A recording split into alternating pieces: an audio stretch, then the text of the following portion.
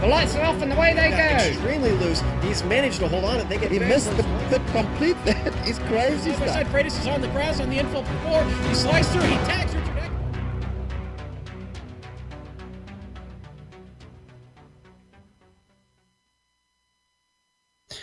After a long day at the Iowa Sculpture Festival here in Newton, Iowa, we welcome you to Iowa Speedway for tonight's action, which this evening plays host to round 32 of the Premier Racing League Patriot Fire Cup Series, and all 200 laps will be carried live as it happens here on the Global Sim Racing channel.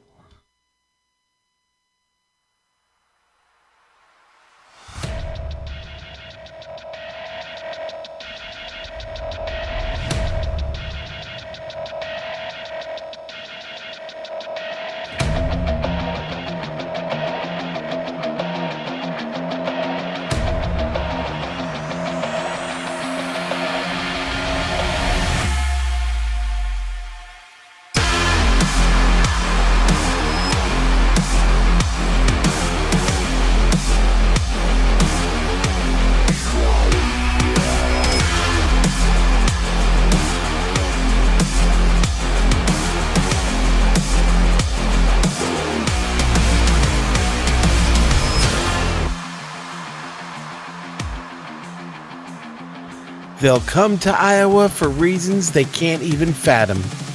They'll turn up your driveway not knowing for sure what they're doing. They'll arrive at your door as innocent children, longing for the past, and in about 15 minutes we will wave the green, unleashing the fury of these Monster Energy Cup cars for the first lap of round 32 for the Iowa 200. Welcome to the cornfield in the Hawkeye State. I'm Sean Ambrose, and alongside me in the booth tonight is Justin Prince. Behind the scenes, we've got our director, Amjad Yaman, twisted and tweaking the dials, and our camera sets, as always, provided by the great, much sought after Dougie Beard. Welcome to another GSRC broadcast. Well, the season is winding down, and the tracks seem to get tougher every week. It's been a long week here at Iowa Speedway with trucks, Xfinity cars, DW12s, and now tonight, the Monster Energy Cup cars. Justin, what do we need to know about this evening? Thank you very much, Sean. As you mentioned, a lot of different series come to Iowa's only major pro sports facility. NASCAR, ARCA, and Indy all come along for the 7/8 mile oval that has been open since 2006. This track was purchased directly by NASCAR, in fact, in 2013 as well. This course is patterned after Richmond Raceway and has design influence from Cup Series driver Rusty Wallace, and could in the near future be home to a real Monster Energy NASCAR Cup Series event.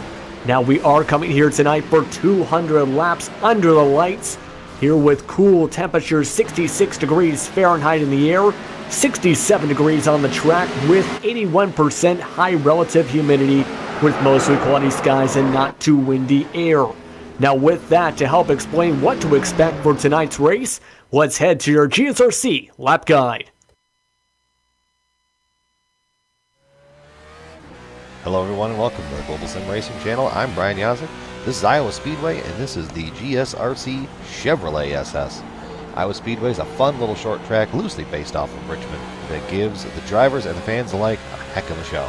For your hot lap, you're going to drive it off here into turn one, hard onto the brakes, let it float down to the middle, find that bump right there in the middle of the corner, and you're able to drive off. Don't get on the gas too hard, or there you go sideways off of the corner just like me.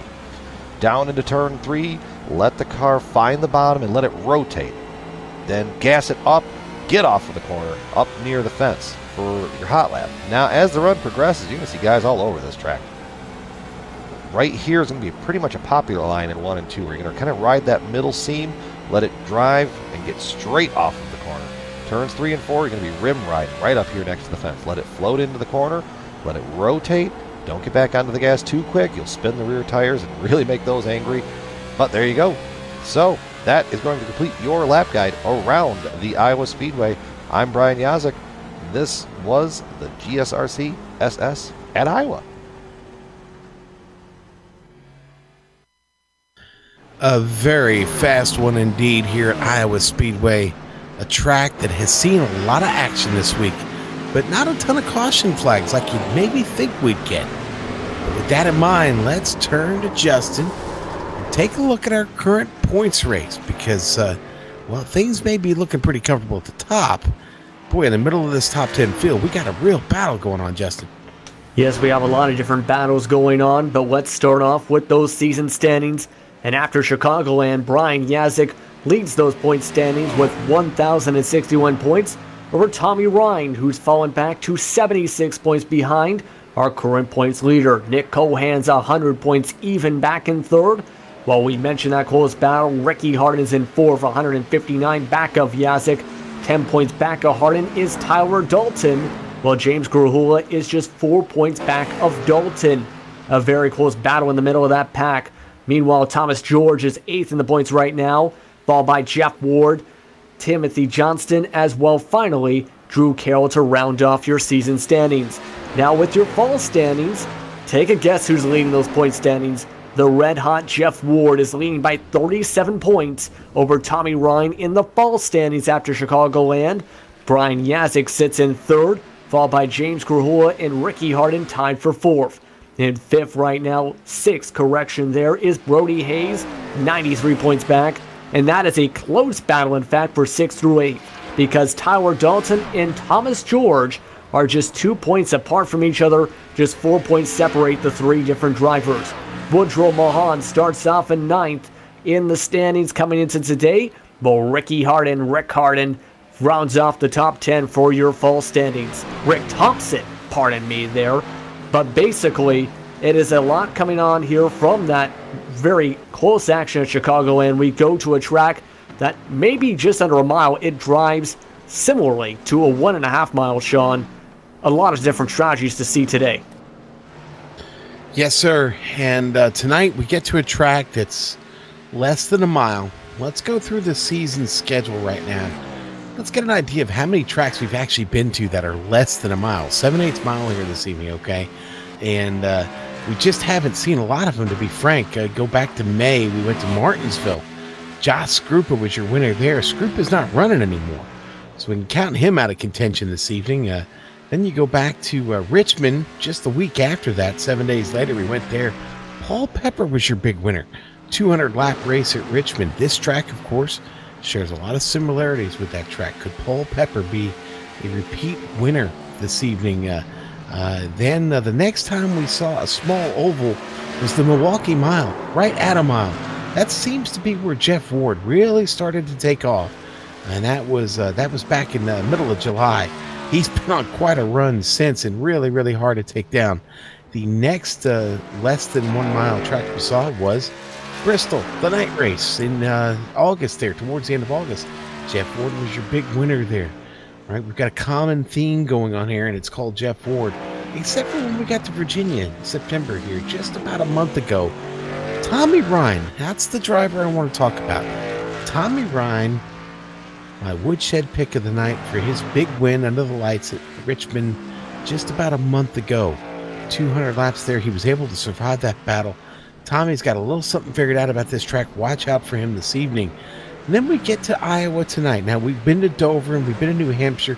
Those are 1 mile tracks, but really I wanted to focus on the tracks, the small ones, under a mile. And Iowa definitely qualifies. Race tonight here will be 200 laps under the lights. Again, I think Tommy Ryan's going to be certainly a driver to watch out for. But Jeff Ward and Scott Eckridge are both here. They've both won on these less than 1 mile tracks. They're both awfully fast. Jeff Ward has been nearly impossible to beat here for about 2 months. Anything could happen tonight, but you've got to think about those guys as being very strong contenders. Now, what does that say for the rest of the season? Well, we've only got one more really short track to get to, and that's Martinsville at the beginning of November. That'll be 250 laps there, and that'll be their last chance for the really short track specialists to maybe look for a chance to win. Now, qualifying getting underway. It's a 10-minute session. We'll follow these laps when they get out here on track. And because we've got a little hardware to give away, and lately that hardware has been going to Jeff Ward. Let's see if somebody else can maybe crack the pole this evening. Could it be Brody Hayes, who's second in practice here just a little while ago? He's already on track, getting his laps in. Justin Rodden, who you're seeing there on screen. So, Justin, I look for qualifying to be pretty close here. We've only got 20 drivers currently registered for the race tonight. Yes, 20 drivers, and Brody Hayes having to bounce off that wall, as you just saw moments ago on his first attempt. He still has the second lap, but there's a lot of different chances to see some good drivers make their way for some good racing overall. The times are all pretty close in terms of how you run this. Most drivers can consistently run laps if they stick near the high side in 3 and 4, maybe towards the bottom side somewhat in 1 and 2, but there's a lot of different drivers who can step it up this week as long as they keep up with Jeff Ward, who just set the fastest time of the session at 22 flat. Okay. All right, and he's going around for his second lap now. Here's Devin Cannon on track. Justin Rodden just got his second lap in. Devin Cannon, that was his second lap. Good enough for second on the provisional starting order here. Jonathan Lawrence just moves up the board with his first time lap. 22 seconds seems to be where you want to be right now, low 22s. That being said, will anybody crack 23? Ward takes the one lap around and shuts it down. Thomas George on screen. Yeah, looking at Thomas George, as you mentioned on the screen, he's trying to get some good laps, trying to go on his second lap here, as his first lap he got a 2X. You can see he's got a decent exit, but I don't think it's going to be fast enough to reach. Nope, that is about middle of the road for 5th. Tommy Ryan completes his second lap, and that's good enough for 4th right now, a 22.3. Still drivers yet to come out. Guys waiting here, kind of seeing to where everybody slots in. Still some awful fast cars sitting in the pit. Brody Hayes had trouble with his first lap. Scott Eckridge back out on track. Watching Tommy Ryan get around track right now. Tommy's already completed his second lap, though, I believe. He has. Tommy with a 22.3 leaves him in 4th place right now. Yeah, and as we switch to Ricky Hart and Sean, we're looking at this on his second attempt, trying to get a lap down. And it is fast enough to get 3rd. Nice line there. Yes, he bumps Tommy and Woody Mahan. All right, now we're watching Brian Yazik. Brian looking for a good time here. Let's see how far up the board he can climb. This is his first time lap coming in now.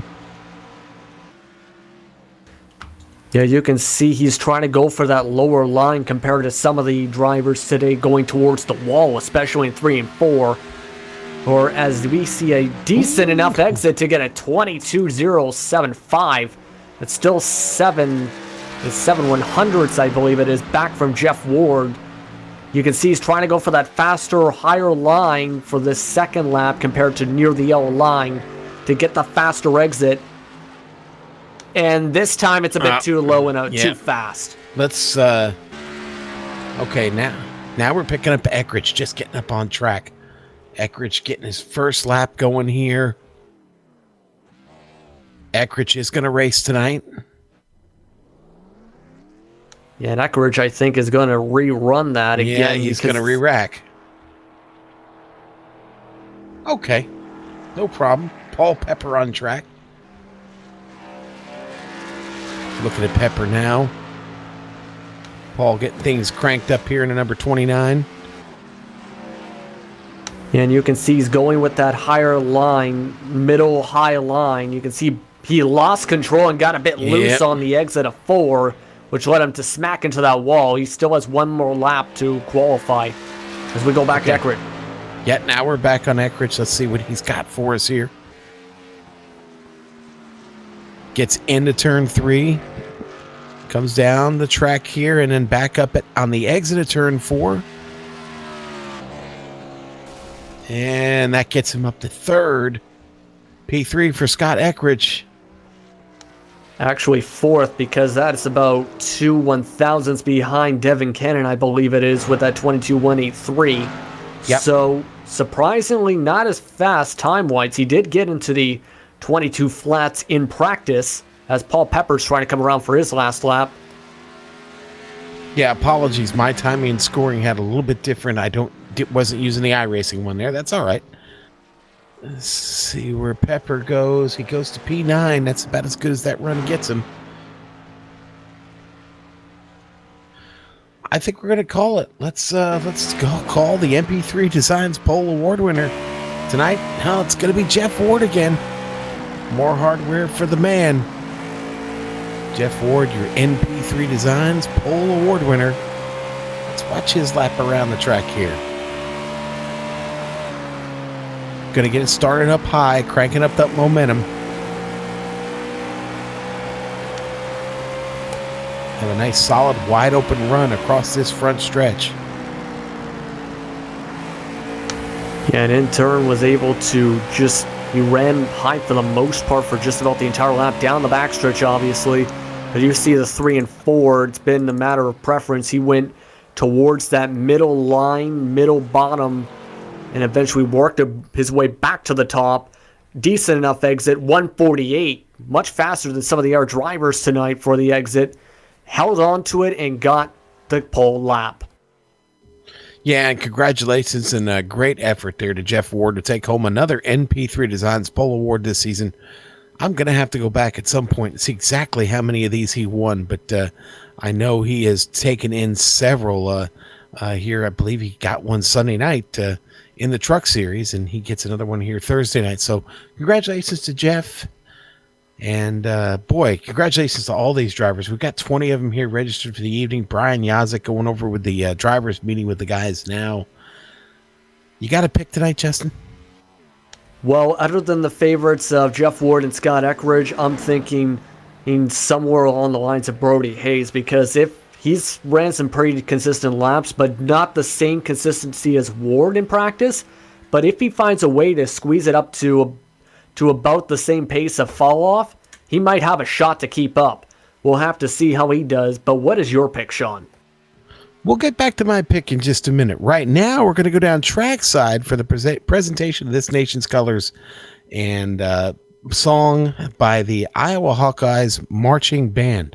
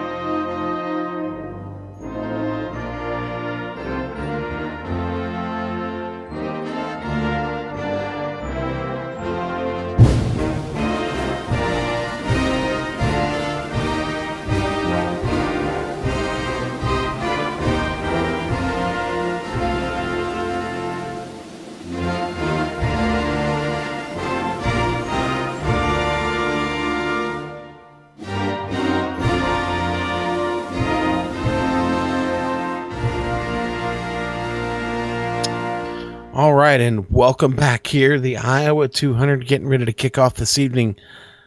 You wanted to know my pick, Justin. Well, I got into the woodshed this afternoon, thought about it long and hard, and, I had a good feeling about Tommy Ryan. Now, he only qualified 8th.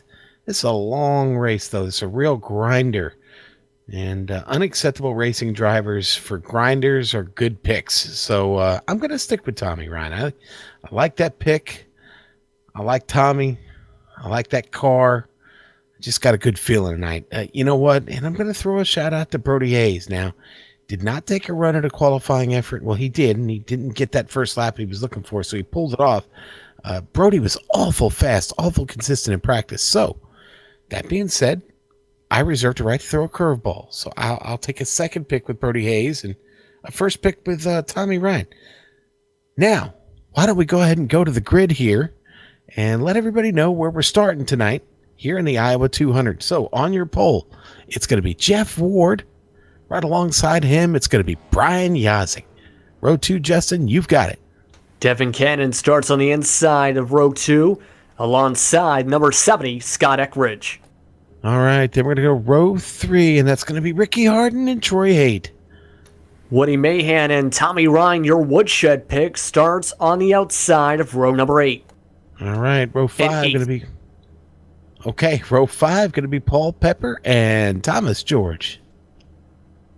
And just outside that top 10 in row number 6, it's Chris Scala and Justin Rodden.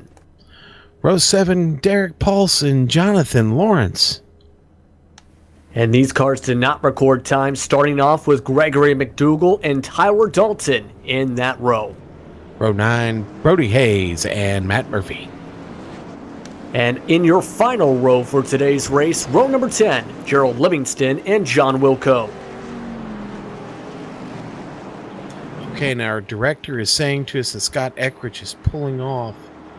Not exactly sure what's going on there. He has gone to the pit. Still showing him in the pit box. It's very possible. Still showing John Wilco in there too. Oh, yeah, I'm not showing either one there. Yeah, both I think have elected to go to the back of the pack here for the start of this one.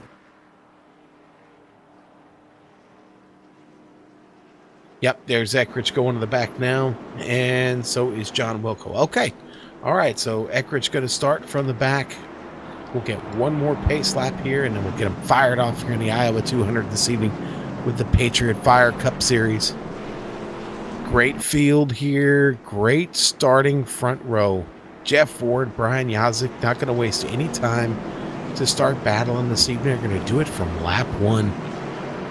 Big second row right behind him. You've got Devin Cannon now sitting there with Troy Haight as everybody moves up as a result of Eckridge going to the back.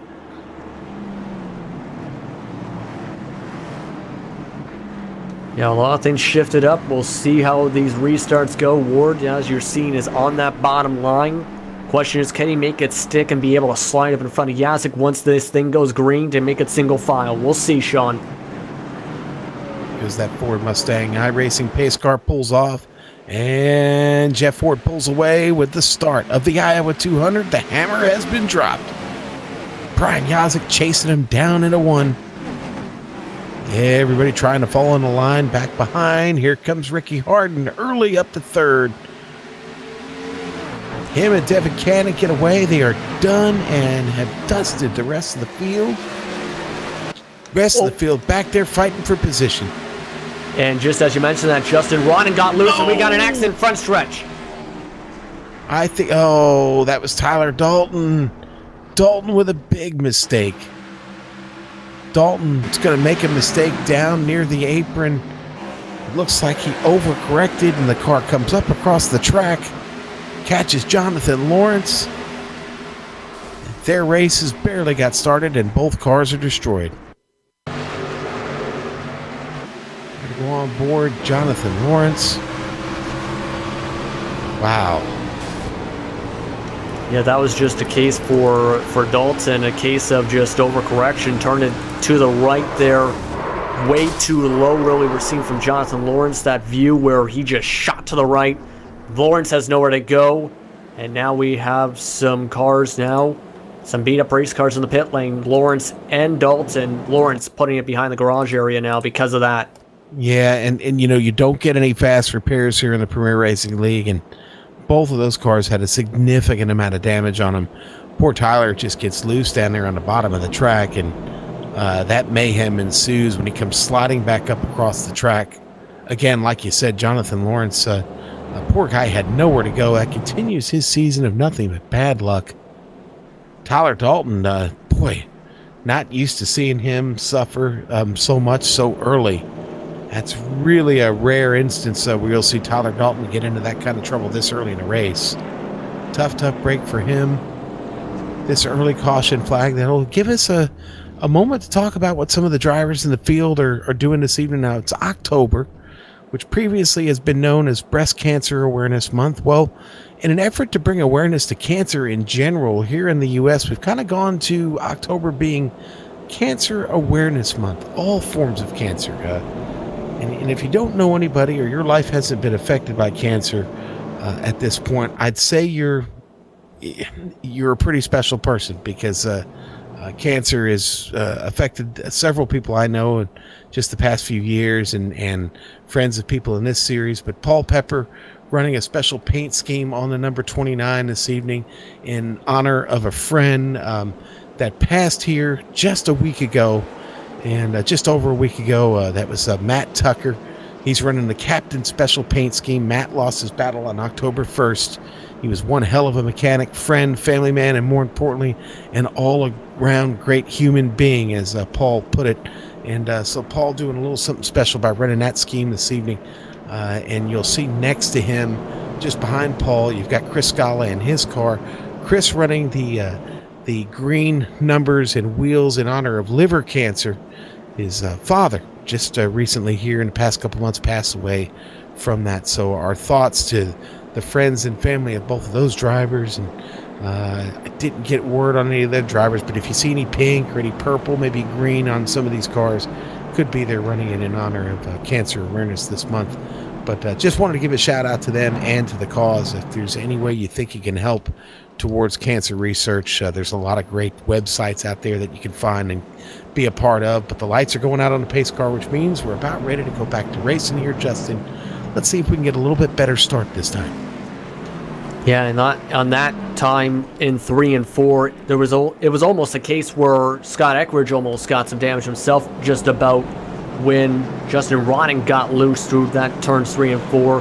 Then, of course, you've seen Dalton ended up going around shortly after that. But I think as long as they keep it together and as long as you don't go too fast, for example, the minimum speed, the max speed I've noticed at times on that bottom side is maybe 136 before you have to start fighting it.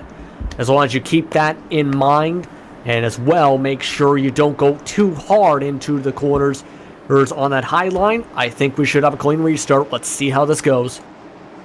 Okay, well, let's do it. Here we go. Pace car getting ready to pull off. Jeff Ford in command. There he goes.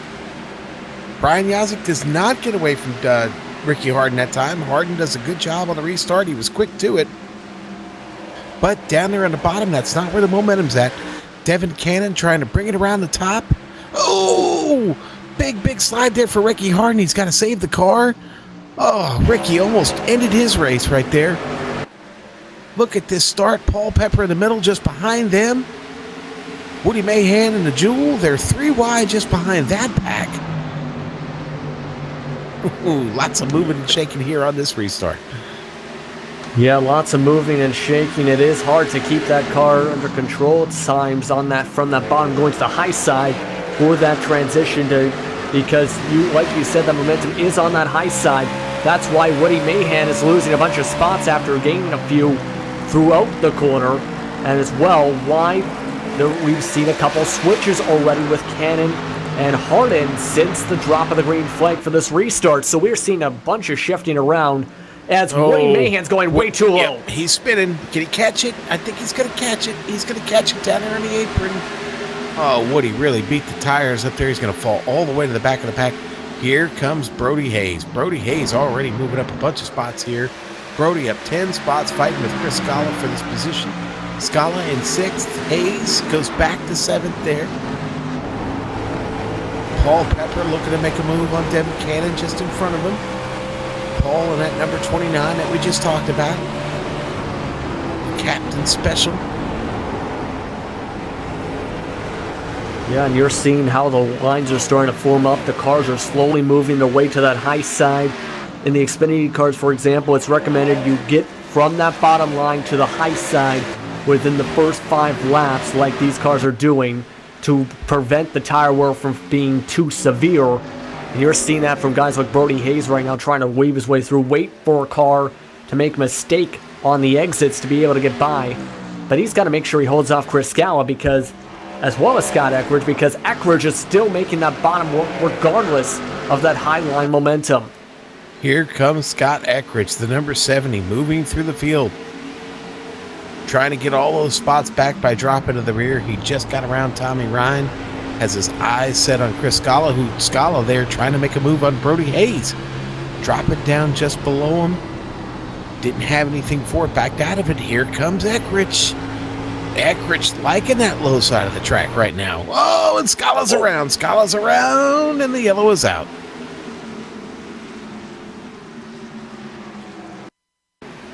This is just going to be Chris losing grip here on the track. Coming out of turn 4, we'll get a replay from above.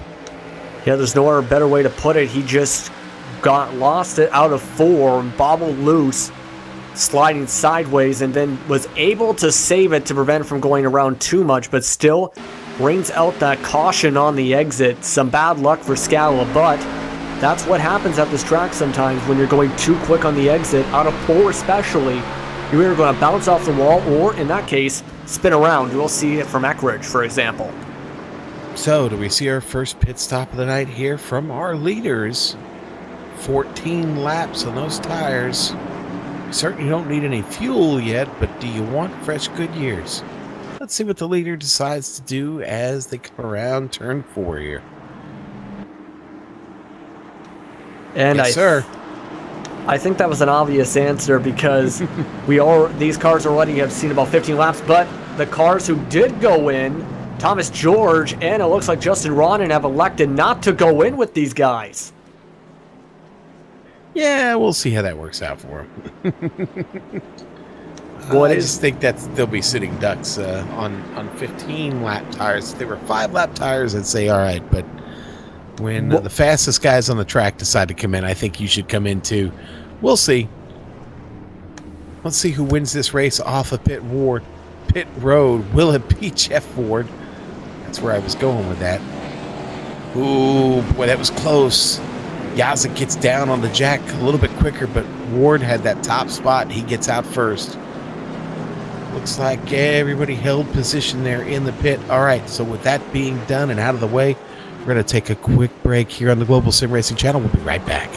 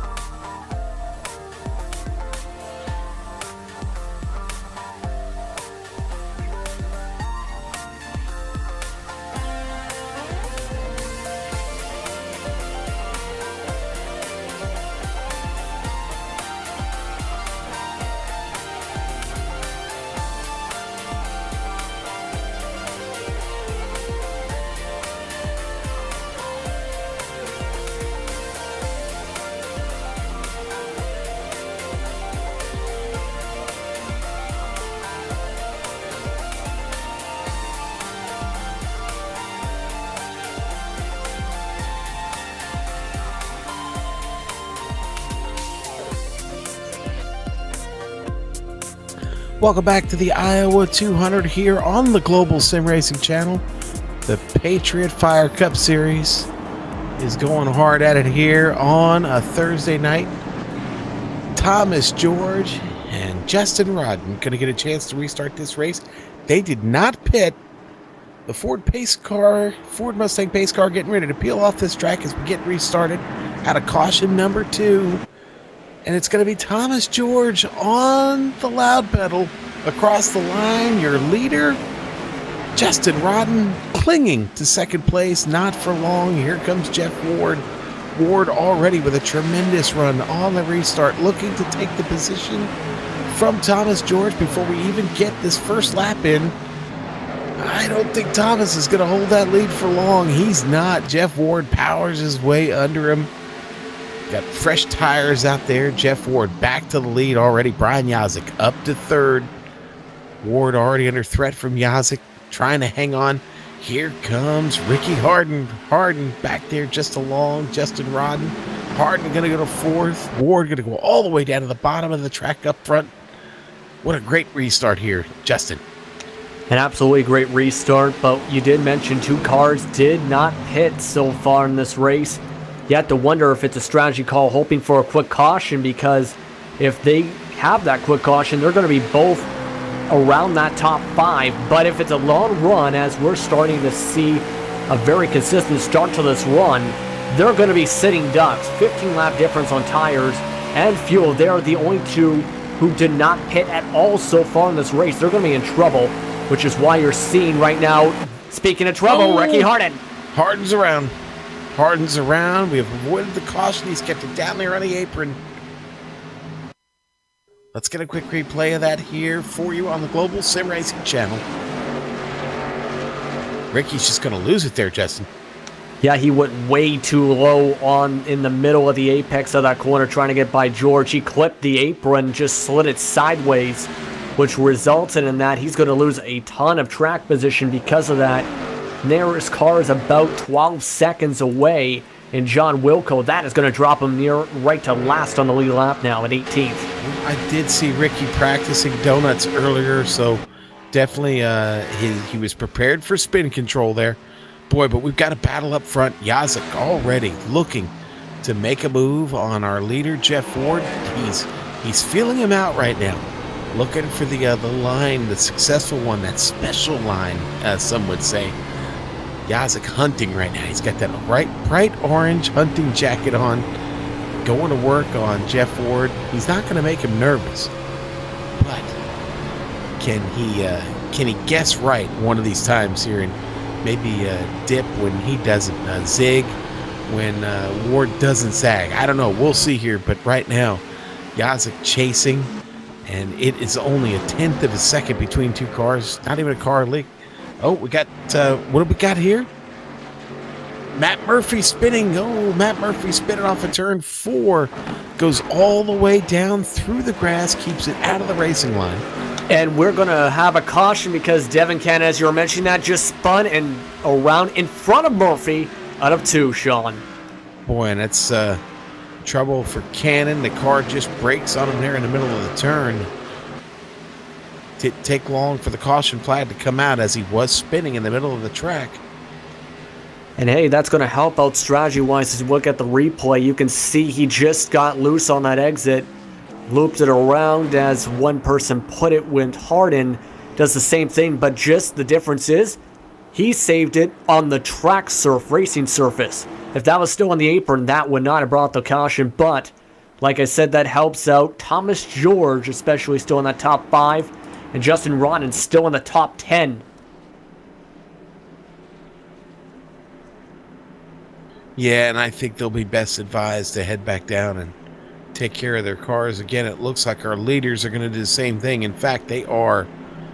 Everybody coming down pit lane. I don't think we had anybody stay out there. It looks like everybody was pretty much in agreement that now was a good time.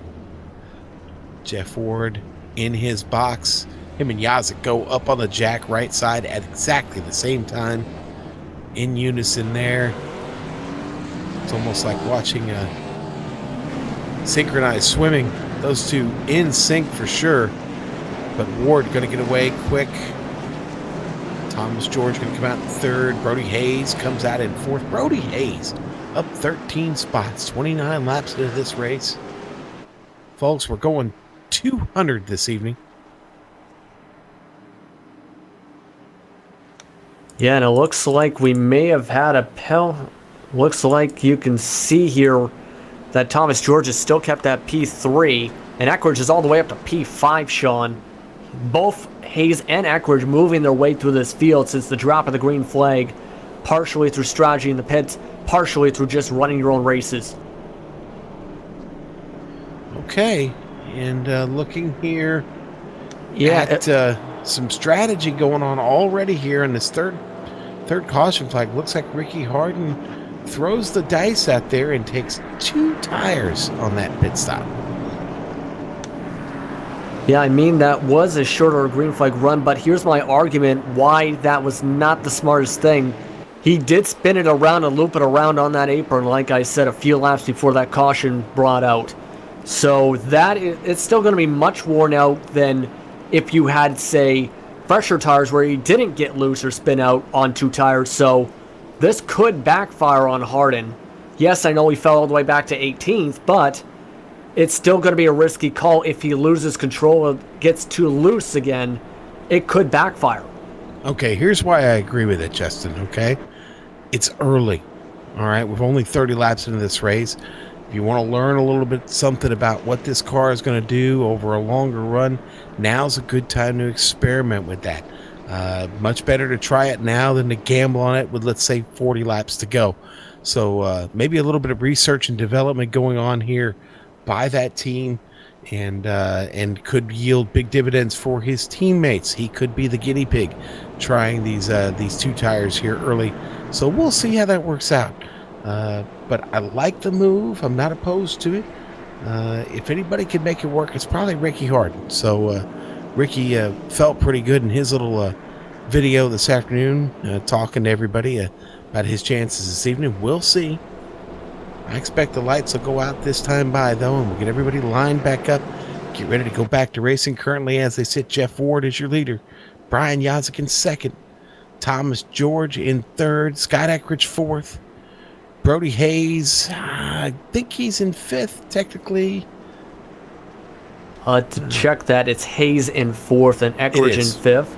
You're right. It's going to be Paul Pepper in sixth, Ricky Harden in seventh, Tommy Ryan eighth, ninth going to be Woody Mahan and Justin Rodden to round out your top 10. Here we go, everybody getting comfortable, checking the belts one more time. Jeff Ward is still in command of this race. Gave it up for just a couple of laps under caution. Was able to get it back right there within the first lap of the restart. Been our third caution. Pace car getting ready to peel off. It'll be up to Jeff Ward to get us restarted this time. So far, he's just taken the jump. He's not held anybody up. We'll see what he does now. It is up to him. And there he goes. Doesn't waste any time. Back to the pedal. Hard across the line. Your leader, Jeff Ward, in control of the Iowa 200. Here comes Yazik. Yazik already dipping down to the center of the track. Bringing Brody Hayes along with him. Brody Hayes getting a run off the turn. Brody looking to get this position away from Yazik. Yeah, take a look at this. He's just able to hang on to that bottom line for that exit out of 3 and 4 and moved his way, as you mentioned, up to third. Just didn't get the same exit as he got out of 2 at the start of the restart. But he's definitely got some speed. He's just got to make sure to work his way back up, but we still have some trouble. Ooh, Thomas George in the wall hard. Was right next to Scott Eckridge, and I think he just got loose. Yeah, and that's going to take out Derek Paulson, and I believe that is Chris Scala also in that. We'll take a look at the replay to see what exactly happened there, as we'll see. If you take a look at this replay, Eckridge is also getting loose at the same time. Both cars getting aero loose on that exit on the backstretch, but Thomas George got the worst of it. He went to the right and smashed into that wall, and then got collected a few cars at the back of the pack. Just some bad luck there for Thomas George, unable to save it, so his day may just about be done. really strange the way that incident looks. I gotta be honest, I think a bit of netcode might have come into play with that, just a bit, but it collects a lot of drivers as Paulson gets involved in that, Scala, Troy Haight gets involved. Boy, a lot of wrecked race cars after that. And a little bit of attrition here early in this race. It's been really hard to get this one started tonight. Paulson's car in really, really bad shape after that. The American Pool Supply Chevrolet, not healthy. Smoking really bad as it made its way into the pits. Yeah, and the majority of the field joining them in the pits, except for a few of them staying out. Ward, Hayes, Ryan, Pepper, and Rodden, the only 5 not to elect to get fresh tires. So it's one of those situations where you're only losing a couple spots at the most anyway. So that is why we're seeing so many drivers decide to get fresh tires on such a short run compared to just sticking it out. If it was one car going in, yeah, you don't want to be that one car. If it's 5 staying out like you're seeing there, you're in a good situation, Sean. Don't you believe that? Would you be correct on that, in your opinion? Yeah, definitely. No, I think that's a good observation, definitely. Boy, but what we're seeing here is a lot of race cars getting banged up early in this race. Remember, we've got 200 laps to knock out this evening. We still have 164 of them to get in, and we've got several damaged race cars now. It's going to be really, really tough for those guys to try and complete this race. This is a tough track to run a battered car around because of the speed, the banking. So, gonna be a tough night for some of those guys, but they've got to hang in there. Now, what does this do for our front runners? Well, this kind of opens things up a bit for them. A lot less cars to have to race against now. And, well, what does that mean? Well, it means we could be in for a green flag run here real shortly. We could get things in order. This attrition is coming at a cost to several fast drivers, and now if they're not as fast, they won't be racing up in the mix. Hopefully the traffic won't be a factor tonight for the field, but we're now 4 cautions in here in just 38 laps, and well, I don't think this is the start everybody wanted this race, but it's what we wound up with. Justin, maybe now it's time to get in some good solid racing and start thinking about the long green flag run. Yeah, it's definitely that time. Try and get some rhythm, because the longest run, I think, so far today, correct me if I'm wrong here, has maybe been 10 laps at the most, because we have just seen already 4 cautions, and we are not even at lap 40 yet, Sean. So we have just not been able to see much of a green flag run. The first yellow didn't really come out until lap 13, so that is still standing to be our longest green flag run of about 13 laps. That's not the best situation to try and figure out, okay, what should I do strategy-wise? Because no one's ever really been able to figure out how is this going to feel in the long run yet. I'm hoping this is the chance for people to feel it out and eventually can tell how this car is going to feel as the green flag run progresses, as I believe we are approaching the 1 to go. And yes, we are. Those lights are out on the pace car again.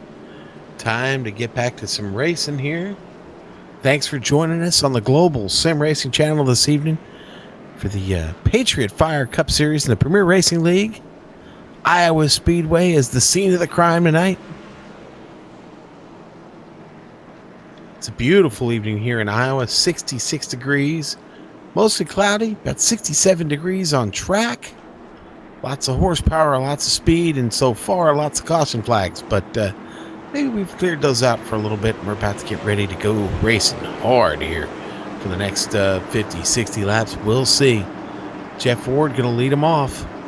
Brody Hayes has worked his way up to the front. Let's see what kind of start he can get. He tries to get a little bit of a jump there on Jeff Ward. It doesn't work. He has to back out of it. Ward kind of slept on him a little bit. Made sure he had to check up. Brody's still getting a decent run out of it. Yeah, and Justin Ronan got absolutely swallowed up on that restart. In fact, he's going to swallow up Ricky Harden. Oh, boy, and Harden's in the wall down there in the bottom. It does not bring out a caution flag. Got a replay of it, but up front, Ward has trouble. Brody Hayes goes around. I know we're into the replay there. Sorry about that, folks. I think we were on the replay just as we were on that. Here's that replay again. Now we've got a replay of that pass for the lead. Jeff Ward's going to get loose coming out of turn 4.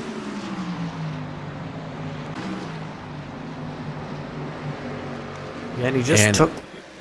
Go ahead. Yeah, he just took advantage of the mistake. That's exactly what just happened, Sean. That's exactly what you need to do to take the lead here at a track like Iowa, but Jeff Ward is going right back at it.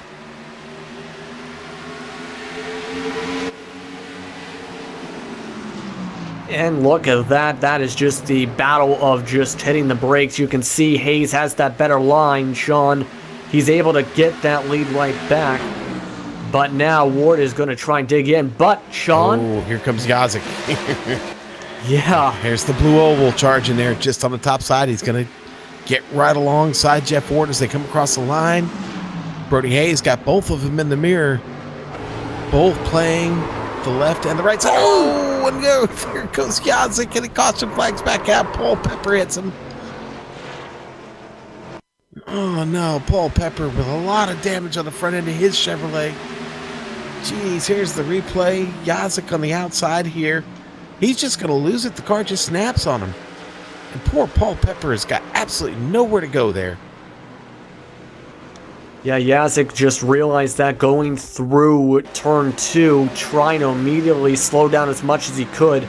But by then, you're just along for the ride.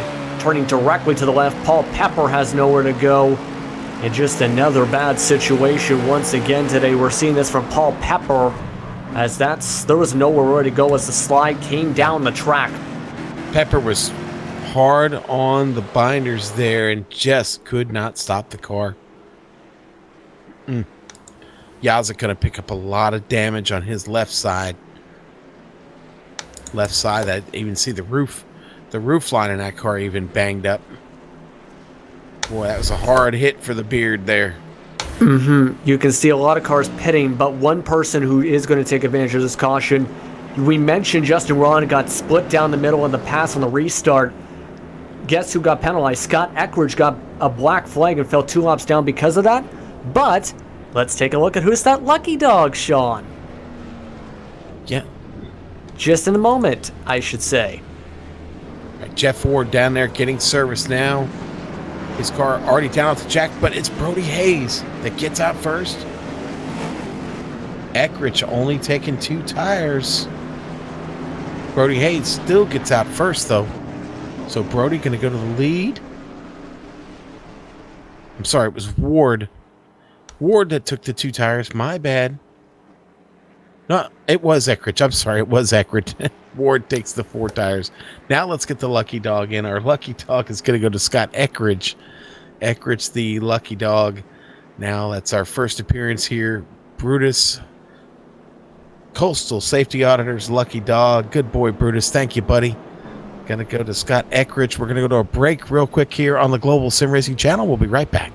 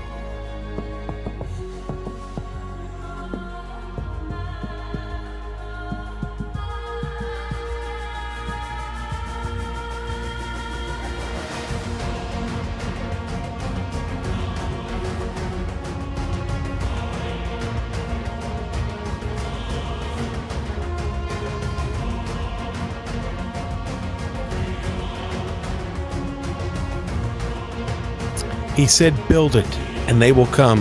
And we did. To Iowa Speedway tonight for the Iowa 200 and the Patriot Fire Cup Series, getting ready to get restarted here. Coming out of caution number 5, we have a new leader. It's Brody Hayes.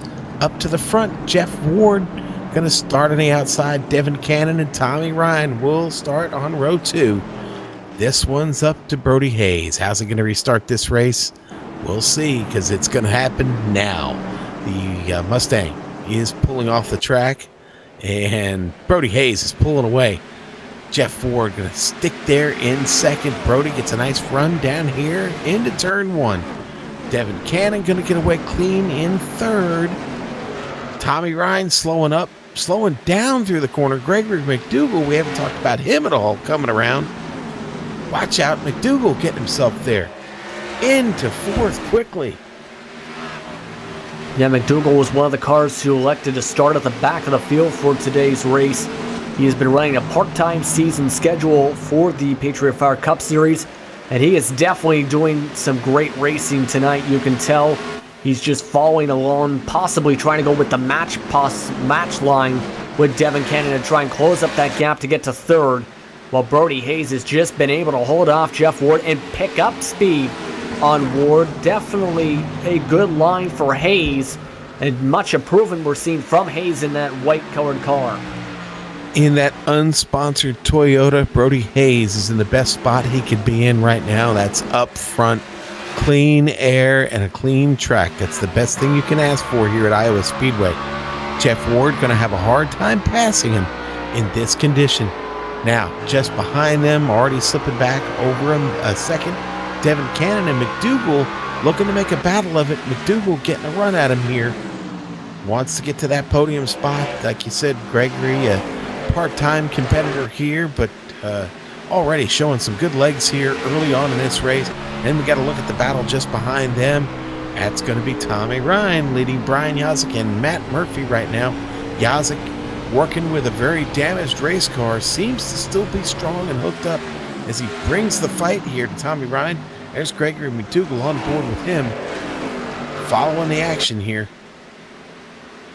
Yeah, you're seeing that action right now. McDougal's just trying to reel in Cannon, but you mentioned Yazik there for a second with that damage. I think the one thing that's really helping him, there's not really any front end damage at all, so that front downforce isn't affected. It was mostly on that left side, so he still has that speed. He's just got to make sure it's just going to be a bit harder to handle. And speaking of handling, well, McDougal up in front of him had trouble. Both of them sliding off 4. Both do not stay in the racing line, get off the track, and are down on the apron. Wow. We can replay McDougal real quick and see what happened, but I believe it's just the same thing we've seen already, just coming off of 4. Gets very loose, saves it. Oof. Back live to the action. Yeah, that was just that exact same case, and Gerald Livingston almost had a situation we saw with Ricky Hardin. He got onto the bottom apron, just about able to save it near the back. But we did mention McDougal. He's all the way back in 12th at the very least. We do have some decent battles just ahead of them. Scott Eckridge, after getting that black flag for passing before the start and finish line, now able to work his way back up to 6th. Okay, battle for the lead, though, really heating up. It looks like Ward has finally found his stride here. Ward right to the inside of Brody Hayes, but he loses it coming off of 4. Oh, boy, and that attempt to make a pass on Brody Hayes comes at a big cost for Jeff Ward. Going to have to get back to work here, working on a battle for the lead. Brody looking good here, still hanging on. Yeah, you can tell Ward wants to do that lower line, and it's unfortunately, like I mentioned a couple times already, like a broken record, it's harder to manage on the exit, and that was the case with that. Now, he's going to have to try and reel him in all over again, and that is not an easy case at a track like Iowa. It's a rhythm track, a very fast rhythm track, and you can tell he's trying to go in and dig in more with his entrances to close back up to Hayes. And it is kind of working, but still, it's going to take at least another 10-20 laps to position the pass again. Now, one thing for the fans to remember is they are on a fixed set. It does seem like this set in this weather does seem to be a little tight down there on entry. Devin Cannon loose there on screen. Cannon having his own mix of trouble, still hangs on to the top 5. But like I said, it just seems like on entry, that low entry, the car seems to tighten up a little bit. Then, of course, coming off exit there, it's a mess. It wants to snap around. Yeah, it does for sure. Did something happen to John Wilco? Did we see something happen to him? Yeah, we're going on a replay here. Let's see what happened. Yeah, Wilco, he also lost control at that exact same example, coming off 4, just snapping loose on the exit, too fast on exit with the worn tires, and was able to save it. Didn't go into the grass this time around, but does lose him a couple spots right in front of Matt Murphy now. Battle for 12th because of that. All right, we are back to the action live there, though. Watching this battle for 5th right now. It's Eckrich being chased by Devin Cannon. Yeah, and Eckrich was able to sneak by there just about a lap and a half ago. Like you've seen, Cannon was having issues with the handling a bit, and Eckrich has been making that bottom, like I said, work. And he was able to just make a pass for the position. We got a battle for 9th, though, Sean. Yeah, Troy Haight, Paul Pepper going at it here. Pepper trying to get himself back up to the front. Troy Haight just trying to hang on in his Chevrolet right now. The 82 now getting past. He's dealing with some damage on the front end of that machine. Definitely lost the arrow just a bit. Paul Pepper definitely lost the arrow on his machine too. Yeah, he doesn't even have a front nose right now. That's how bad the arrow is at this point. But not really. He is still making it. He's still running some good speed. Despite that, you kind of don't need as much aerodynamics on a short track. Yes, that's affecting the straight line speed, but he's still able to hang on to that line despite that. Hey, it's turning. That's all he cares about right now. He can get the car to turn. Here comes McDougal, though, behind. McDougal going to split that battle up just a bit. Now McDougal with the better car going to get underneath. Able to complete this pass on Paul Pepper and knock him down to 10th. Glad to see Paul still in this race, though. It's not over for the Canadian. It's definitely some good laps ahead for him. Jeff Ward really, really charging here at the front, though. Not happy sitting in second. We're certainly not used to seeing him there. He is starting to knock out some of the laps that really count. Very patient, watching Brody Hayes. Will take advantage of any mistake that Brody makes. Yeah, he was slower for a couple laps than Hayes, but now he's digging in, getting a 10th faster a lap, closing up that gap, especially digging in, trying to take a bite in 3, speed through 4, and that's exactly why he's near that back door right there, just 2/10 back now, because just that lap alone, he did just about the exact same times, another 10th faster. He's just able to close it in better than Hayes, it seems, because of the way he's exiting.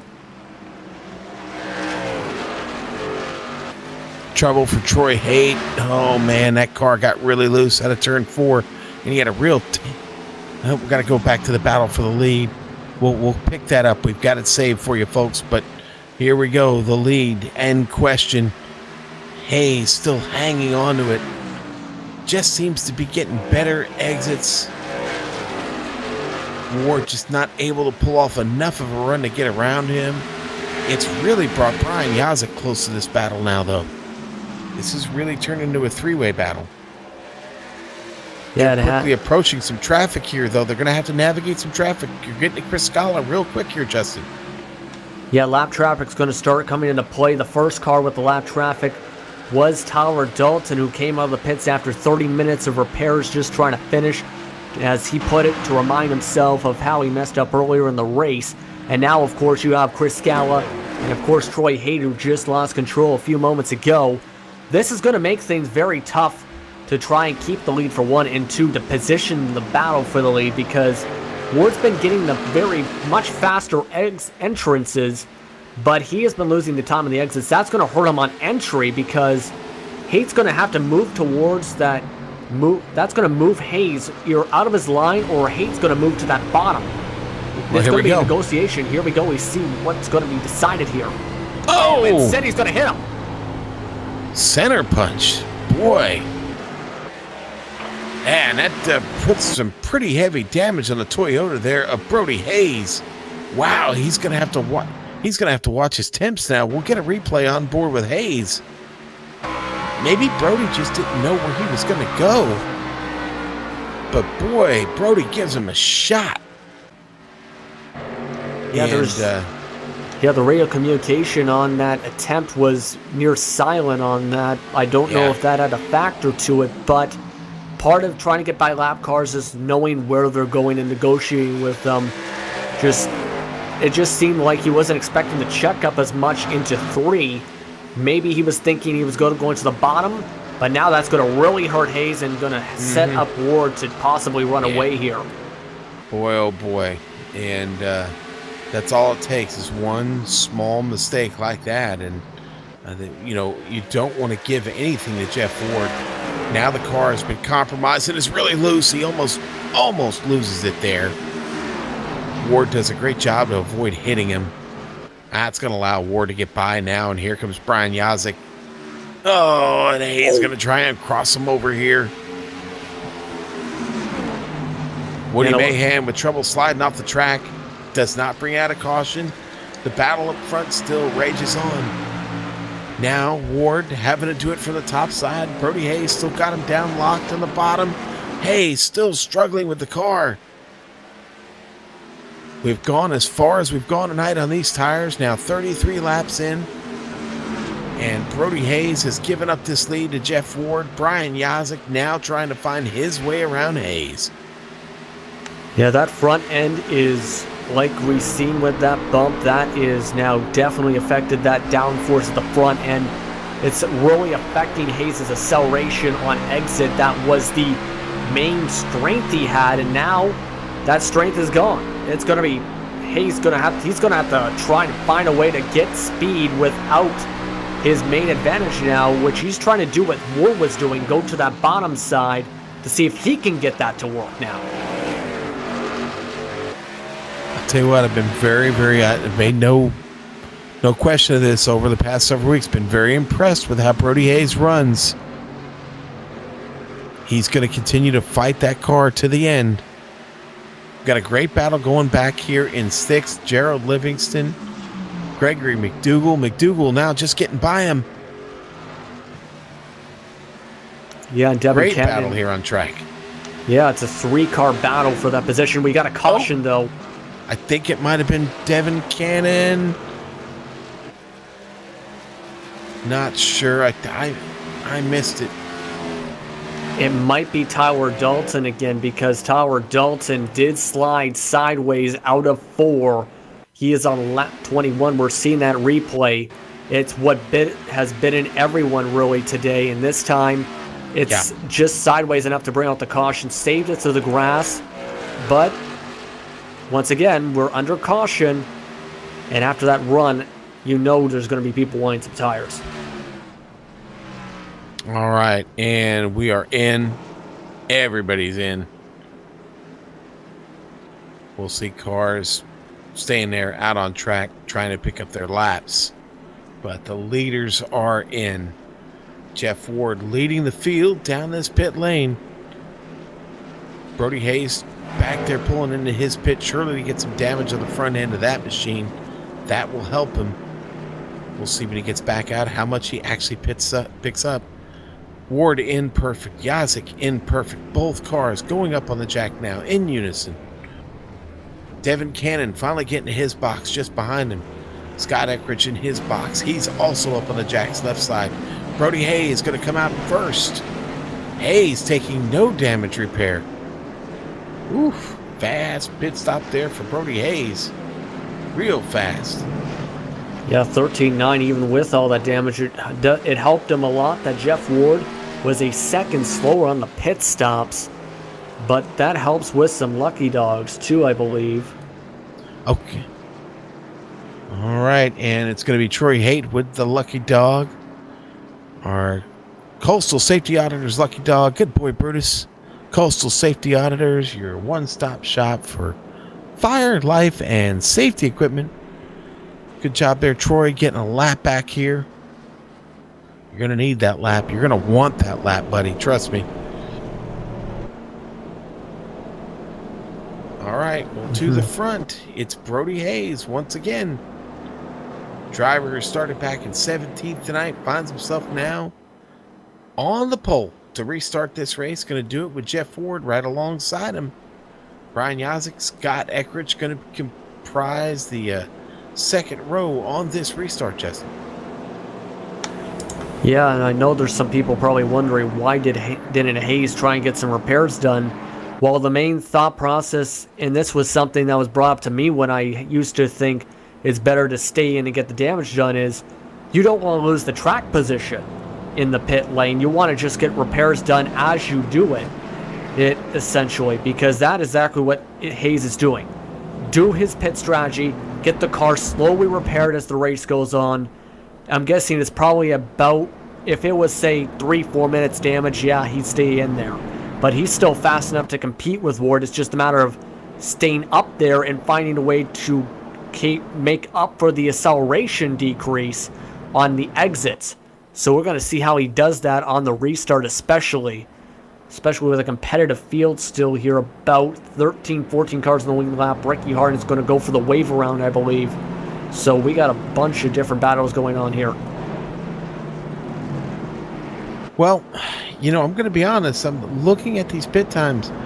Brody Hayes was a full second faster in his box. Yeah. Has me wondering if maybe he's short fueled just a little bit. Only time would really tell on that. I don't even know that it'll make a difference, but what it did make the difference in is getting him to restart here up front. Obviously, that was not any time to take damage repair on the front end of his car, which is a good thing. That means he didn't have any required repairs. So, that being said, the car may not be as hurt, quite as bad as it appears to be at what we're looking at, but I've got to be certain he's got to keep an eye on those gauges as we go around here. The lights are out on the pace car once again. We're getting ready to go back to racing here at the Iowa Speedway for the Iowa 200 here in the Patriot Fire Cup Series, the Premier Racing League. Your host this evening here on the Global Sim Racing Channel. Brody Hayes going to get him started with Jeff Ward there on the front row. Brian Yazik, Scott Eckridge are on row 2 to get restarted. Row 3 going to be Gregory McDougall and Tommy Ryan. We are ready to go. Pace car getting ready to come off again. Brody going to get another chance to restart this race as the leader. And he gets the break. The green flag is out. Brody Hayes takes him down the front straightaway and is your leader heading into 1. Ward going to the top side already, looking. Here comes Yazik in 3rd. Scott Eckridge right there with him. Yeah, you're looking at this. Hayes is going to have to fight hard just to keep this lead, because as he is already slower on acceleration, Ward is just going to get by about 5 miles per hour faster down that front stretch for that first place spot. But he's going to have to dig his way through Hayes. You're seeing here, Sean, look at this. It's still going to be tough to handle, though, and to try and get that speed to get it back. Boy, what a good start there on the restart. Brian Yazik still holding down 3rd. Now Yazik looking a little jumpy now, maybe taking a look here at something for Brody Hayes. Eckridge got himself in 4th. Remember, Eckridge started this race at the back, has worked his way through the entire field to sit here in his qualifying position of 4th.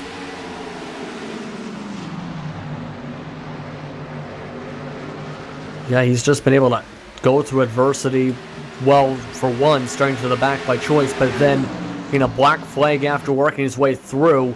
And that is exactly why Eckridge is going to go and try and get by Yazik as quick as he can. Look at that. Eckridge with a big, bold move on the outside around Yazik. Now he's trying to pick up Brody Hayes. Oh, boy, could this be a big battle coming up here? Scott Eckridge, Jeff Ward looking to get familiar again.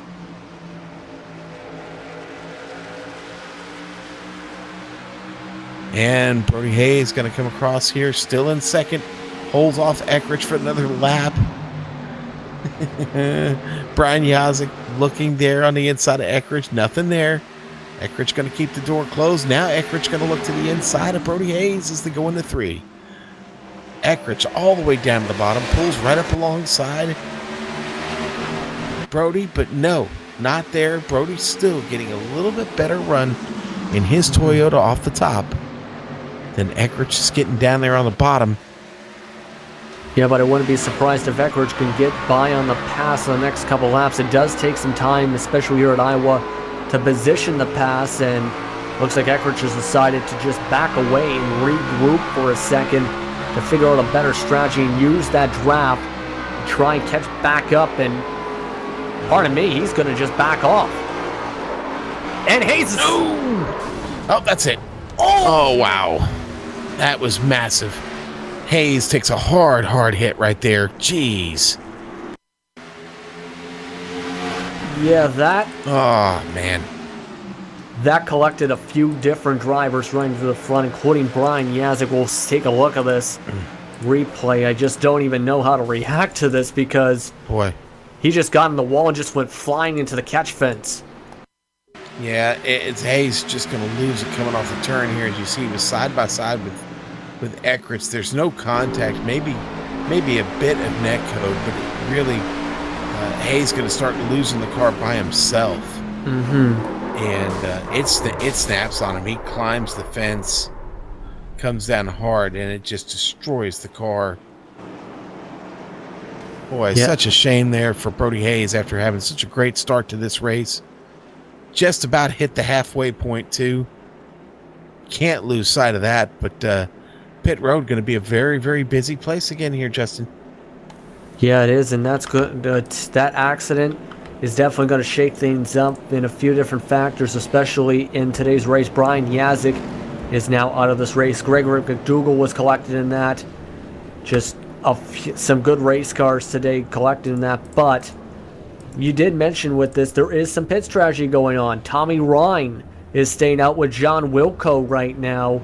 We did see this earlier on in the race, but with the halfway point in a few laps and Tommy Ryan needing points to close in on Yazik, this is Ryan's chance to close up that gap to as much as going down to 66 points at the halfway mark. Well, we had a big race there off of pit road. Let's do our lucky dog, though. It's Chris Scala going to pick up that lucky dog there in a number 37 Captain Motorsports machine, the Fred J. Moyer plumbing car. Coastal Safety Auditors lucky dog. There's Brutus.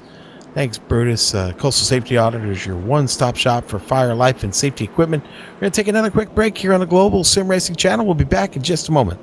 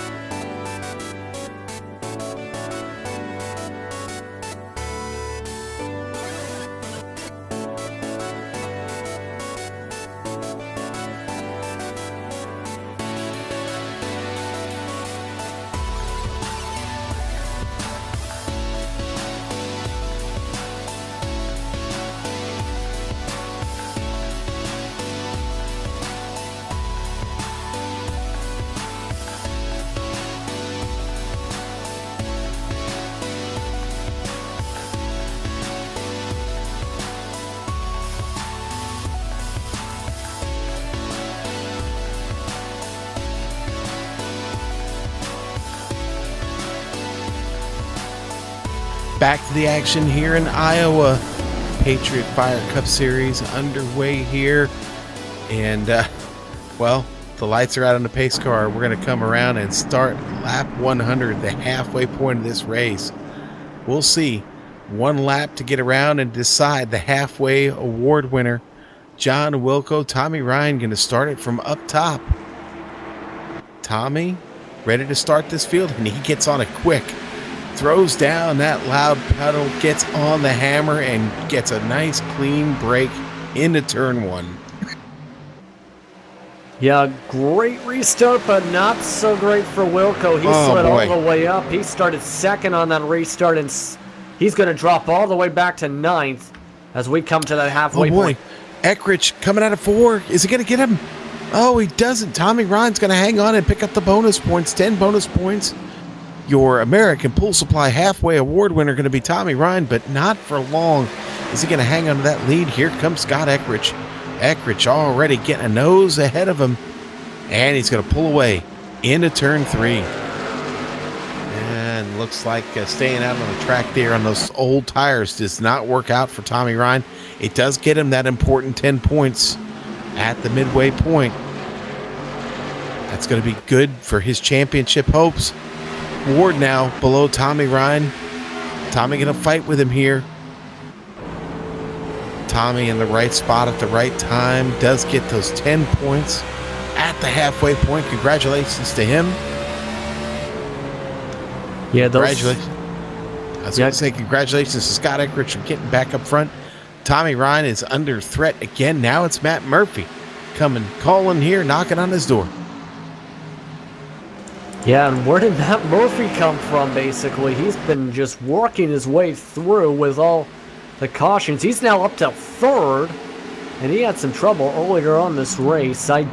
He's just been able to overcome the adversity, and that's what you have to do when you're driving a car that, in a situation, is very loose. You can tell when you're looking into his cockpit view, for example. He's electing to go to the high line. He's trying to balance it out, but Ward is starting to lose control in front of him, so he's going to get the 2nd. Wow. Boy, that's not the first time we've seen Ward have a little bit of trouble this evening. That definitely opens the door for Matt Murphy, and he's going to go storming on through it. But here comes Jeff Ward looking to take it back, getting that nose in under that left rear fender of Matt Murphy. Going to try and take the position at the low side. Tommy Ryan gets passed once again. Ricky Harden gets by him, his teammate. Yep, and it's in that case where Ward lost that spot. It was just getting too low for this tire temperature and for how much wear there was on the track, going all the way near to that bottom. It's not going to work as well as on fresh tires or at the beginning of this race at this point, with this track starting to rubber up more and more. So he's just trying to hang on to it to where it is, and he's getting some help, as you can tell. Like you said, Ricky Harden, he's still trying to test out that bottom line in 1 and 2 because it still can work at times, but it's going to be tough from here on out to try and make moves as the race goes on a green flag run in 3 and 4, unless you have, for example, that wiggle like Matt Murphy just had. Man, and look what Scott Eckrich has done on the restart of this race. He's gone and checked himself out 2.5 seconds ahead of the field right now. What a great run to get a great restart there for Eckrich. I mean, he is pulling away from Jeff Ward steadily. Ward has not been without problems this evening. Oh boy, almost big trouble for Ricky Harden coming off of turn 4. That car was sliding all over the track. He manages to gather it up just behind Matt Murphy and right in front of Tommy Ryan.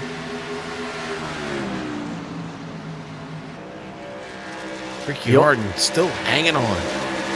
Yeah, you see that damage. Ricky Harden, when he was trying to save it out of 4, smacked the wall a tiny bit on the exit with that right rear quarter panel, so he's got some damage on there as well. That's going to affect that handling of the car because it's especially a major factor, as we've seen in real life, with that right rear more than anything in recent times. So we'll see how he can handle that along. He is gaining some time, though, on the worn tires of Tommy Ryan. Gonna rename Ricky Harden's Thursday video segment to "Hanging On with Harden." That's what he's doing to that car right now, just hanging on to it. Boy, and this has changed absolutely nothing up front. Now Eckrich getting around the lap car of Chris Scala, putting him a lap down again. But another gets that lucky dog and quickly goes down another lap. Battle for 6th here. Cannon hanging onto it. Paul Pepper in his bootleg modified, SK modified there. The car still very racy with a lot of damage on Paul's machine, but he manages to keep it out of here and keep it running strong. And they've got Woody Mahan. How is Woody Mahan still in this race and running? Seems like he's been just right there around everything that's gone wrong this evening, and that car's still in decent shape. The Jewel is the Loud Pill Motorsports Jewel is still very much a factor in this race, inside the top 10. Yeah, he's had some difficulties at times in this race, and does have some little bit of damage. But even with all the trouble going around him and being almost a caution at one point, having that not as much damage is, as I'm trying to get to, the main reason he's still running well in this race. As long as he doesn't go that low in the exit every single time around, I think he's safe right now. And he might just be able to position a pass to get up to 6th. Oh, pardon me there. Devin Cannon with trouble, and that's going to lead to a caution. Wow. Yeah, Devin coming on the radio apologizing to everybody. You're going to see it here.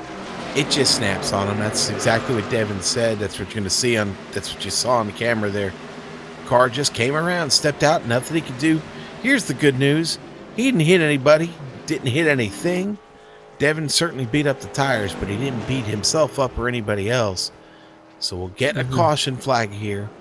That's okay. We'll take it. Several of these drivers probably don't mind. I know Tommy Ryan doesn't mind. Neither does John Wilco. I think you'll see both of them definitely come down. In fact, you'll see everybody come down here. Yeah, and that helps out Tommy Ryan, especially still in that top 5.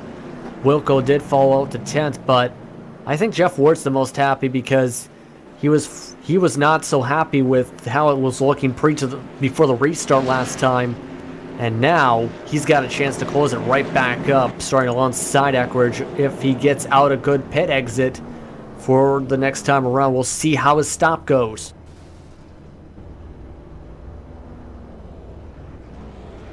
Well, Jeff Ward up there, just now getting the left side up. Here comes Eckrich out of his stall, and Eckrich going to get out first. Yeah, Ward still got out second. Hardin let off the gas a bit to let Ward, I think, get that second spot, knowing he needed it more than where Hardin was. Hardin has been more better at times on that bottom side of the restart so far. So strategy coming to play there on that one. Let's do our lucky dog here. It's going to go to Chris Scala. He's going to be our Coastal Safety Auditor's lucky dog. Once again, the Fred J. Moore Plumbing, number 37. Our Coastal Safety Auditor's lucky dog. Coastal Safety Auditors, your one-stop shop for fire, life, and safety equipment. Congratulations to Chris there, getting a little more help. And our front row going to be occupied by Scott Eckrich and Jeff Ward. You can't ask for much more than that for a restart of this race. Yeah, I guess that's the way to put it, but basically, with Eckrich though on that bottom side, and Eckrich, if he gets a good start, he might be able to do exactly what he did on the last restart where he was in row 2 and got a good launch. But here's the thing, Eckrich was on that top side. Ward has been better at times, it seems, on that high side when he's been in that second position and is able to close it back up. As Chris Scala moves it behind the garage area, it's going to be a battle of strengths. Eckrich is better on the top. Ward's better on the bottom. Flip them around. We'll see how they do.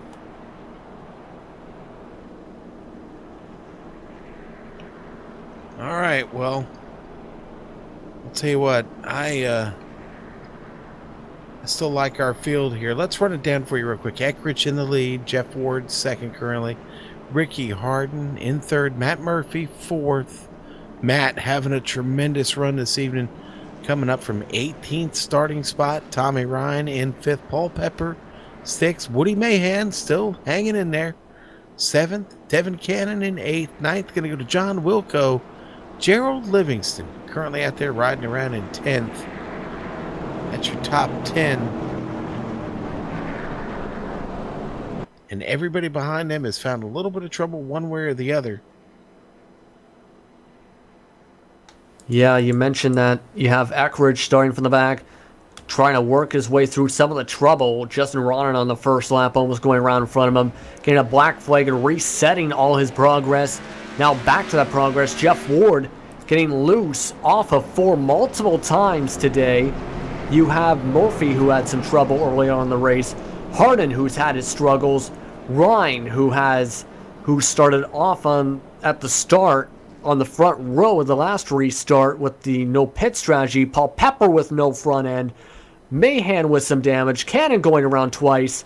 Wilco almost going around once. Livingston losing a lot of time.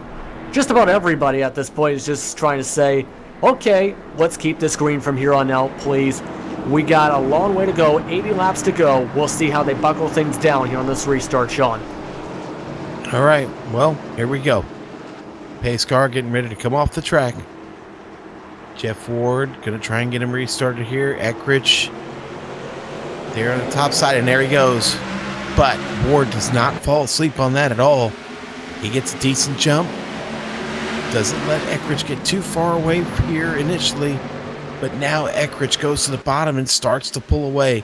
He really checked out on the field there that last run. This guy's got to be careful and try and catch him up. Boy, and they're scrambling behind him. You see Matt Murphy already in a battle with Ricky Harden. Paul Pepper. There's Tommy Ryan coming around. Ryan's going to clear Pepper. Yeah, and Eckridge started off on that top. We did mention that he is better on the restarts on the top, electing to go on that high side, where Ward probably would have elected to go there to hold up Eckridge, but now Ward's going to have to fight as hard as he can with his line to make sure he is back on that rear end of Eckridge. Just looking in, trying to dig into those entrances as much as he can. He does not want to lose Eckridge again this time by. It looks like he's managing to do so better this time, but the question is, can he keep it up? Woody Mahan back here fighting for position. Devin Cannon. Cannon's going to clear him, though, and here comes John Wilco. Wilco having a great run tonight. Haven't really talked about him a lot. He's avoided some trouble, picked up some at times, but Wilco now fighting here to stay in ninth spot. He gets some contact with the wall. It's going to allow Troy Haight to come around. Just up in front of them, though, the Jewel, the Loud Pedal Motorsports Jewel, Woody Mahan, toe-to-toe with Devin Cannon. Woody going to get the position. Hold on to his 7th spot. Devin, though, not done fighting with him. Woody does seem to have the momentum right now, though, in that blue oval. Yeah, sticking on that exact same line throughout the entire lap there, about that middle line as Paul Pepper's around just in front of him. Oh, and not everybody misses Pepper. Wow, not everybody misses him, unfortunately. Yeah. We'll see what happened to Pepper here. As you can tell, he had that modified situation. And once again, that was the situation of getting loose off of 4. This time, it's almost hitting the wall, then snapping to the right. Just about everyone avoided him. And as we go to Dalton, as he got the worst of it, really, backed into the back of Wilco and blowing that engine. So he is going to probably have another 30 minutes of repairs. He's very much done for the day, it looks like, after working his way back into the race after all of that. Poor Tyler, man.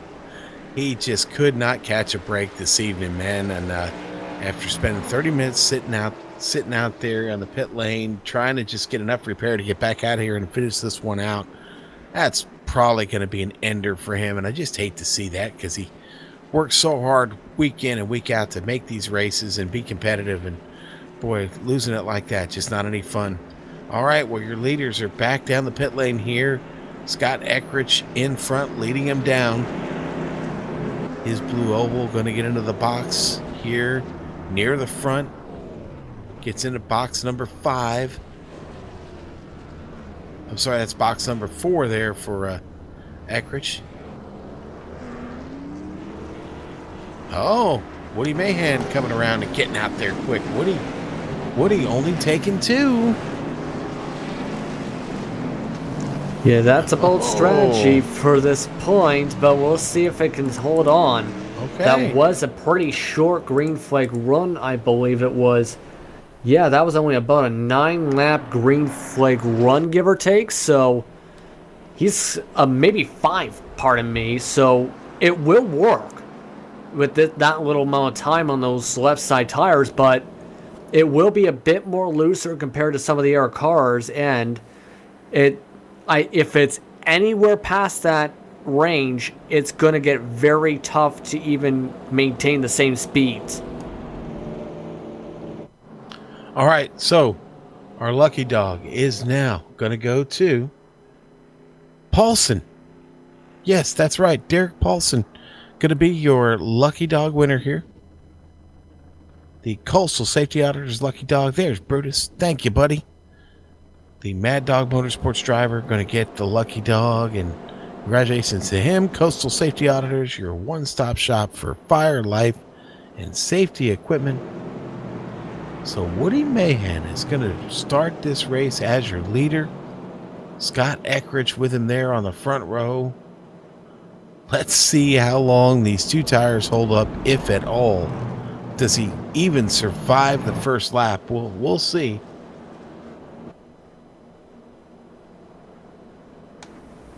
Yeah, we're going to see how things go, as there is a little bit of discussion between a couple drivers, but this is going to be fun to see if Mahan can keep up here. The question is he going to elect to go on that bottom side, which is standard for mostly everyone except Eckrich today, as we've seen restart-wise, as well as Ryan today, or will we go to that high side to try and say, okay, I want to stay in front of Eckrich, so let's take away Eckrich's top restart line. So it's going to be some mental games going on when we go to 1 to green, too. Yeah, and boy, I got to tell you, Nala, the attrition's been tough tonight. We've got 11, I believe right now we're down to 11 cars left on track. If I'm reading this correctly, I think that's where we're at. We've got several cars that have gone behind the wall.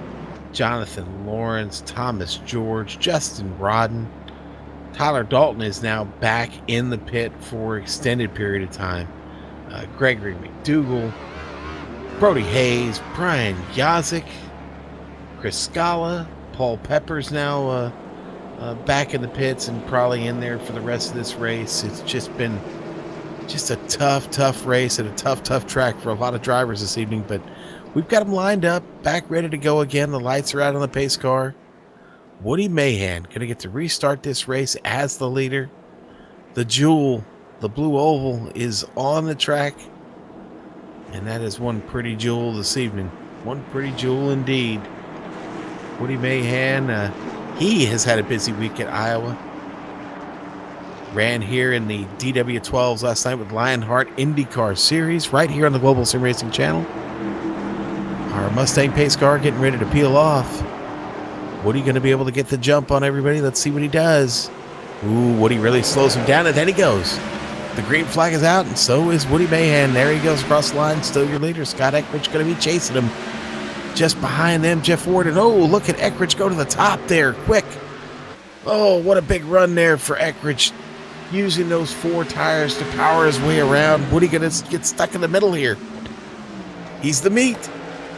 Ooh, watch out. 3 wide coming out of 4. Oh, and you can see Ward notice at the last second that he had to go a bit lower than usual on that exit of turn 4 because of that 3 wide situation. But Mahan, though, on that restart, he just absolutely did not get a good entry whatsoever on that compared to Eckrich. And now Eckrich, we did have mentioned a couple times that he is best on the high side on the restarts, and Mahan gave it to him. And now man's going to be lucky to keep up in the top 5. I don't think Woody gave it to him. I think Scott came and took it, But, that's more of what I was meaning, but... Okay, now, Woody is fighting back now, though. He, just lost that 3rd spot to Ricky Harden, and now he's got his feet back under him here, or his tires, if you will, and looking to make this pass back on Ricky Harden, but it hasn't come to fruition yet. Just behind them, Tommy Ryan, Matt Murphy. Those two have broken away from the rest of the field, which that's going to be Devin Buchanan back there at 7th. Woody Mahan. Oh, no, Woody. Woody with trouble off of 4. How many times? How many people have lost it off of 4 tonight? Woody's going to lose it clean. No damage with anybody. You'll see it here on this replay. I'm just afraid that 2-tire strategy just did not work out for him at all there.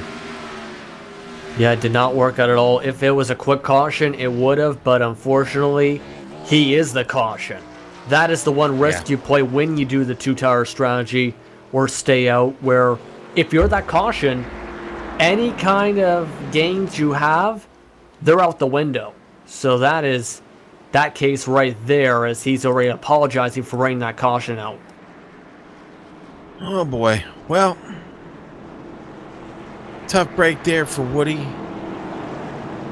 He had a successful race last night in the DW12s. I don't exactly remember how he finished in the trucks right now off the top of my head, but Woody's going to have a lot of work to do from back there now. The good news is he did not wreck the car, so good position to be in. Now we're in the let's see, it's what we got coming down pit road. It's everybody again. Nobody's really playing around this evening. Not a lot of argy-bargy there for the pit lane. Seems pretty simple. Come down, get your tires, and get back out on track. The question has been 4 or 2. I think everybody has the answer to that question now. 4 is the way to go. Don't mess around with 2. You might want to tell that to Troy Haight, because guess who did that? Yeah, well, Troy Haight's going to give it a shot. Troy Haight's going to probably find out, like everyone else that's tried it this evening, that maybe not a good idea. We'll see. Troy Haight going to get a chance, though, to restart this race as your leader. And someone who did not get a good pit situation, Jeff Ward, speeding on exit. He's going to drop to the end all the way back to 9th or 10th on the restart because of that exit. Well, when you've had a lot of attrition, that's not bad. He'll be okay. Now, our lucky dog going to be Paulson. Derek Paulson going to get a lucky dog here. Your Coastal Safety Auditor's lucky dog. Good job, Brutus. Coastal Safety Auditors, your one-stop shop for fire, life, and safety equipment. Let's take a quick break here on the Global Sim Racing channel. We're going to be back, hopefully, to finish out this race here, the Iowa 200.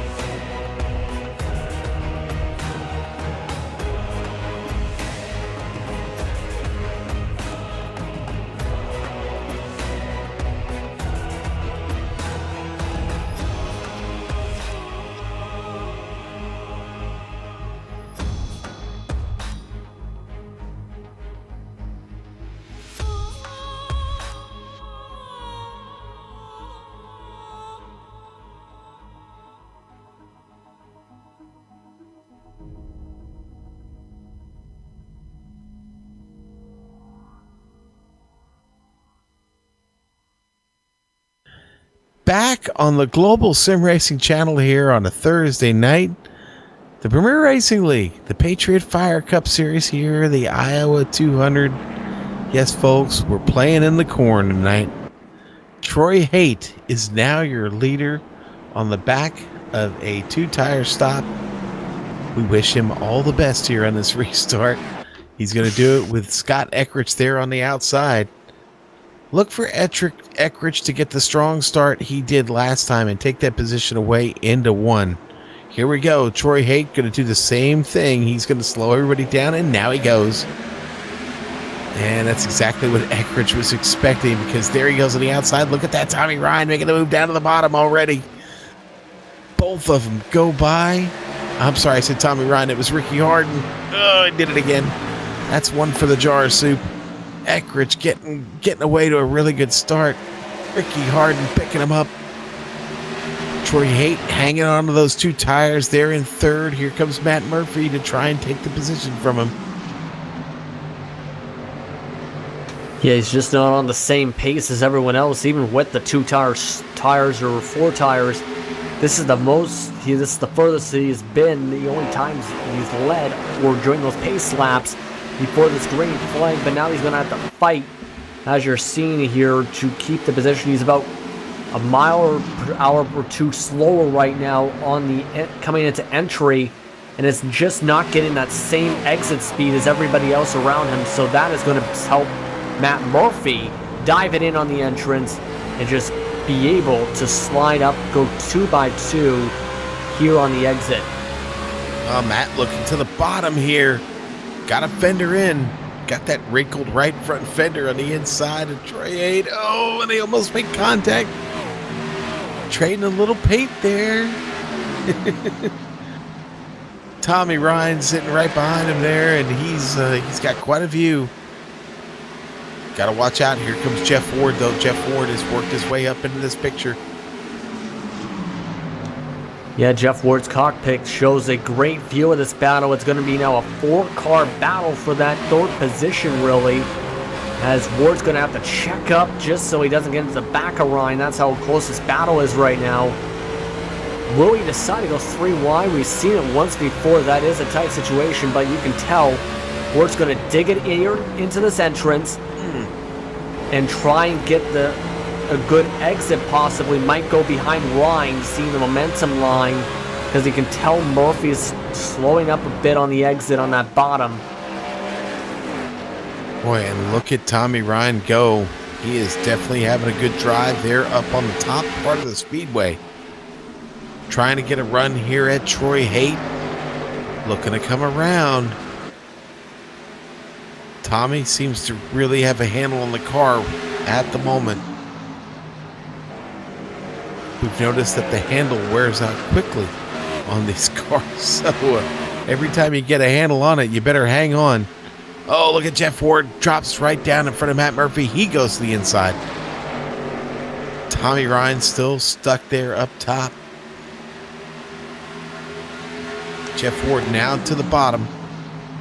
Gets there on the inside. Drops it all the way down to the yellow line here, Justin. It's going to clear Haight. Is it going to clear Haight off of 4? Doesn't clear him. Gets the edge on him at the line, though.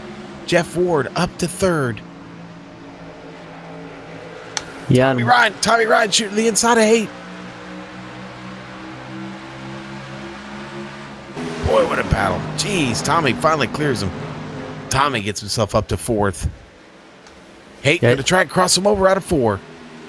Sorry, Justin. Go ahead, buddy. Yeah, this is just an absolute intense battle. You can tell the patience is wearing out to keep behind Haight there. And you can tell it's just the management of trying to assess the situation. That's why Jeff Ward went from behind Ryan to get by Murphy to cutting down past Ryan, because he can tell what was going on. That is exactly why Murphy's now trying to cut behind Ryan, and I wouldn't be surprised if Murphy tried to do the crossover through 3 and 4 potentially to try and get by Ryan again.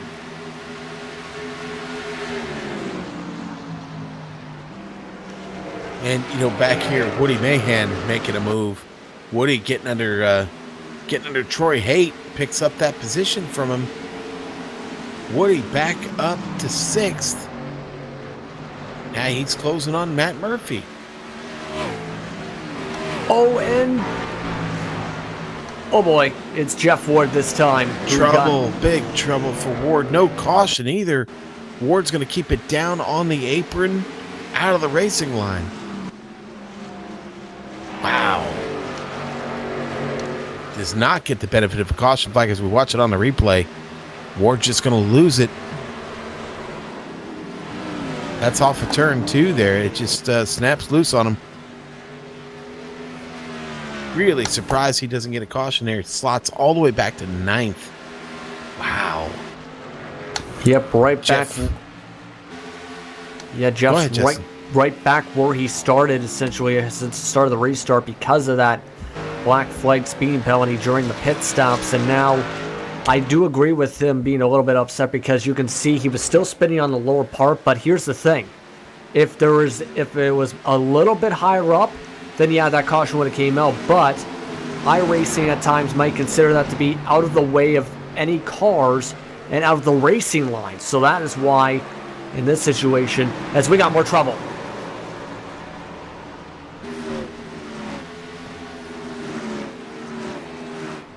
And no caution for Matt Murphy. He's going to lose it coming down off of turn 2. And it just starts to break away from him. It gets it down to the apron and it spins back to the right on him. We pick this up on the replay. He is able to stay out of the racing line, and that does not bring out a caution flag. That is another caution flag missed there, or a caution flag that could have come out as a result of a spin. We go back live. Matt Murphy lives to fight another day. Yeah, he did get some damage on that, but he is still living to see another day. He dropped all the way to 10th that time around, so another no caution situation. We were mentioning the tire wear seems to go fast here, and that's exactly what we're seeing here. The tire wear is going very, very fast, so everyone's trying to hang on here. I mean, don't look now, but Eckrich has put out a let's just call it a 5-second lead now on Ricky Harden. Boy, that's going to be tough. If this thing stays green, he's going to be awful hard to catch. Your top 3, though, filled out there by Ricky Harden and Tommy Ryan. And those two certainly having a good effort when it counts here at the end of the race. Both cars have just a little bit of damage, but not much. So the teammates there, Harden and Ryan, in good shape. Woody Mahan up in 4th and still running strong. Had a little trouble a few moments ago, but he recovered from that well and is strong here on the track. Woody having that 4th place run.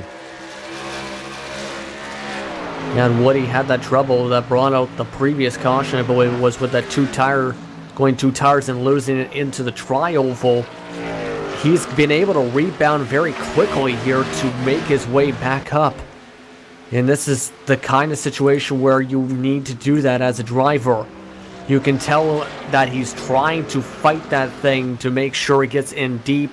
You can tell with the steering wheel, for example. So we got a position battle, though, for 5th. Yes, we do right now. Now we've got Troy Haight in 5th. Gerald Livingston, though, starting to pick him up just a bit. Livingston was about 0.2 faster on the last lap. And as they come across the line, it's Livingston still the faster driver, about 0.2 quicker a lap right now. And coming into the picture is Jeff Ward trying to work his way back up through the field. So this could break things up just a bit for Livingston and Haight. Ward is going to have to navigate this situation very carefully here, Justin. Yeah, and we've seen this similar situation with Jeff Ward before, where he assessed the situation for a couple laps and followed the momentum guy. Livingston's just going to let him go right on by, knowing that Ward has the faster car. Now, Haight, though, I don't think he's going to give it up that easily. So you can see Ward is trying to use that high line to have some consistency at first. He did get loose on this run already. And you can see he's trying to see what Haight is doing. And that's going to lead to him now diving into the corner here, trying to get underneath him. You can see that Haight is slower on that high line compared to Ward on the exit, when Ward does stick on that high line. So that's going to be working for a couple laps there. Okay, can't lose grip of this second place battle. Ricky Harden and Tommy Ryan. These teammates have worked really, really hard to get themselves in position for the podium tonight. Right now, it looks like it's come down to the fight between the two of them. Brian is chasing Ricky. Ricky, I think, would just maybe a little bit more damage on his machine than Tommy Ryan. I don't know. It's pretty close. They're both pretty evenly damaged, so I don't know if that's going to be as big a factor here. It's just someone having a better line. Tommy just a little bit slower that last lap.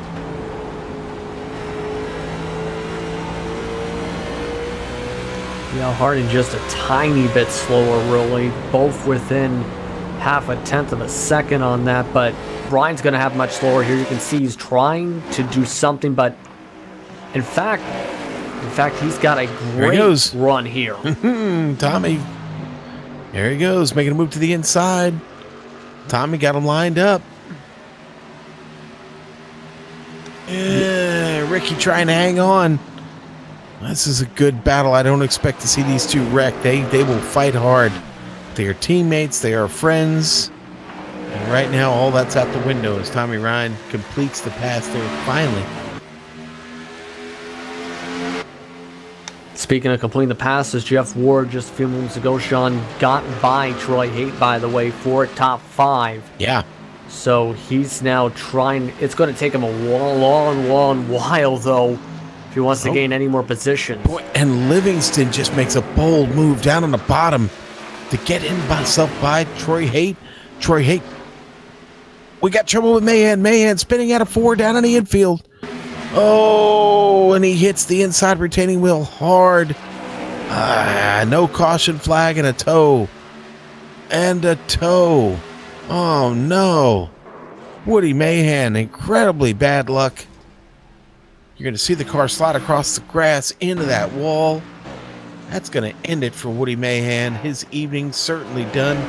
We only have 28 laps to go. Back to this action live.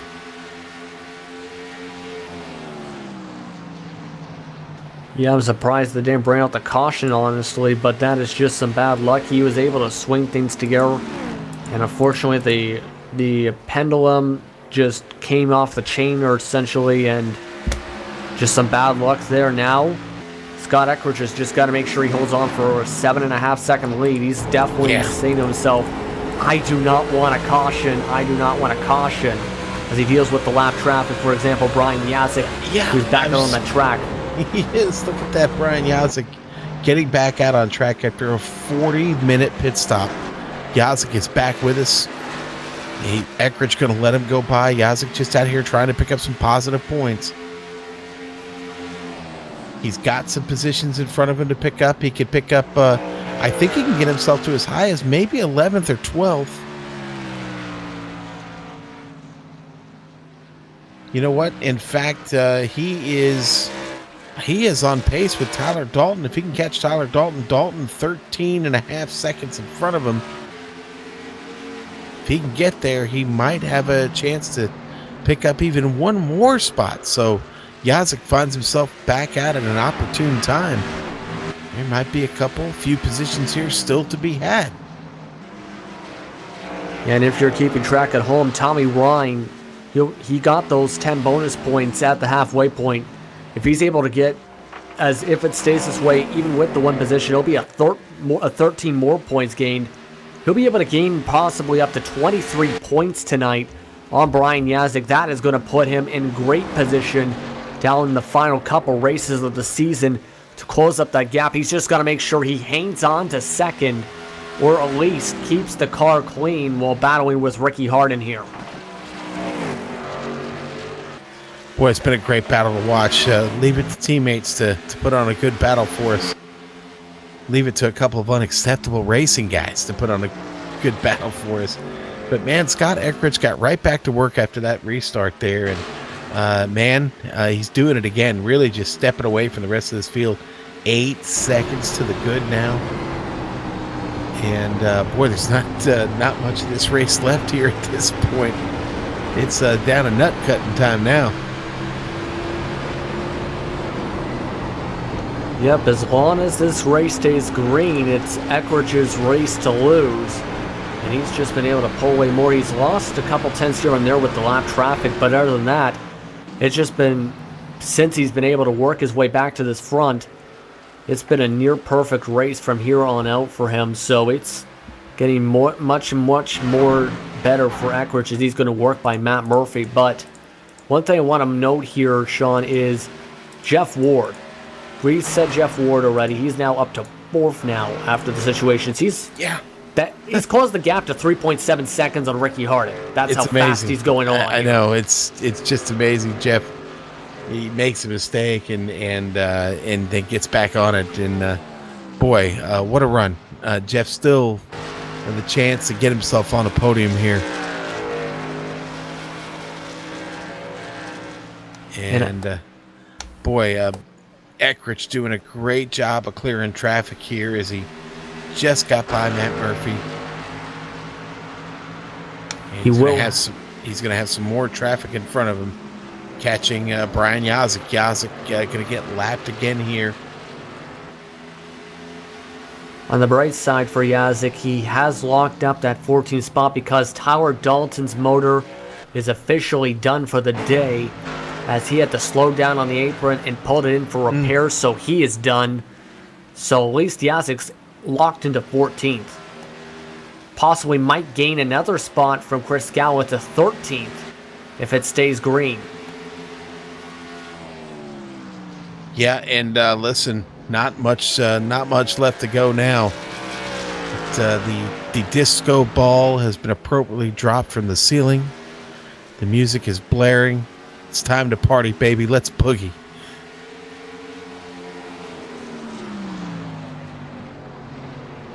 Not everybody at once. We don't want to break the dance floor. All right, Here we go. Scott Eckridge still in command of this race now more than ever. Almost 9 seconds ahead of Tommy Ryan. Tommy Ryan continues to have this little battle here with his teammate. It's opened things up just a bit. Tommy got about a 3/4 of a second lead on Ricky. Both of those guys, Carolina drivers.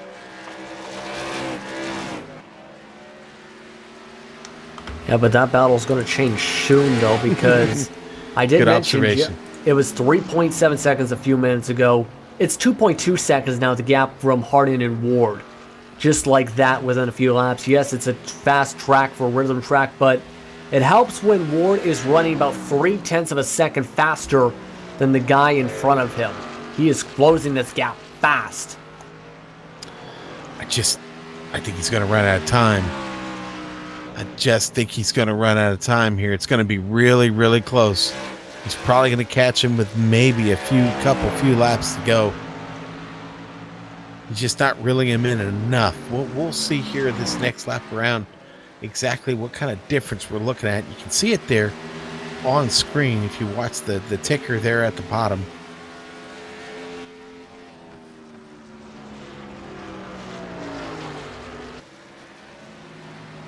Yeah, we are looking at that ticker. It's down just like that to 1.8. Yep. And it should close it up to a 1.7 or 1.6 on this exit. On the entry, he will lose that time, but he has been better on those exits at times, and that is exactly what he's doing. A 1.7, like I said, getting a 10th a corner now.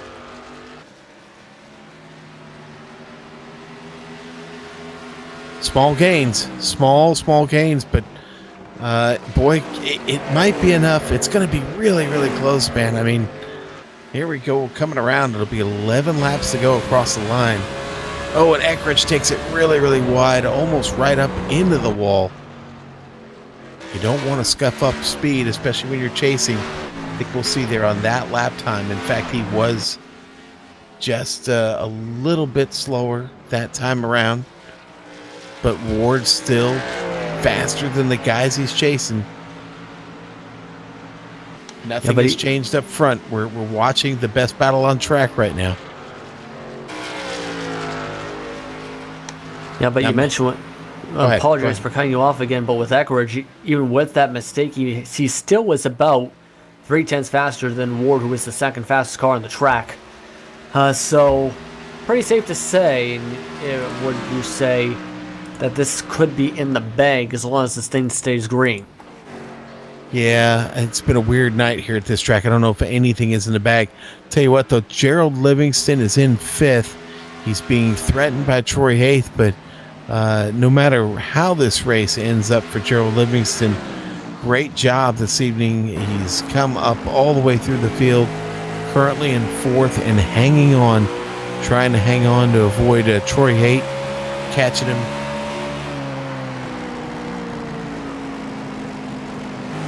Gerald still strong here on the track. The top 5 would be just perfect for him. Been kind of a tough luck season, but 14 spots to come up through the field and finish 5th would be huge for him here tonight at Iowa Speedway. Jeff Ward still languishing.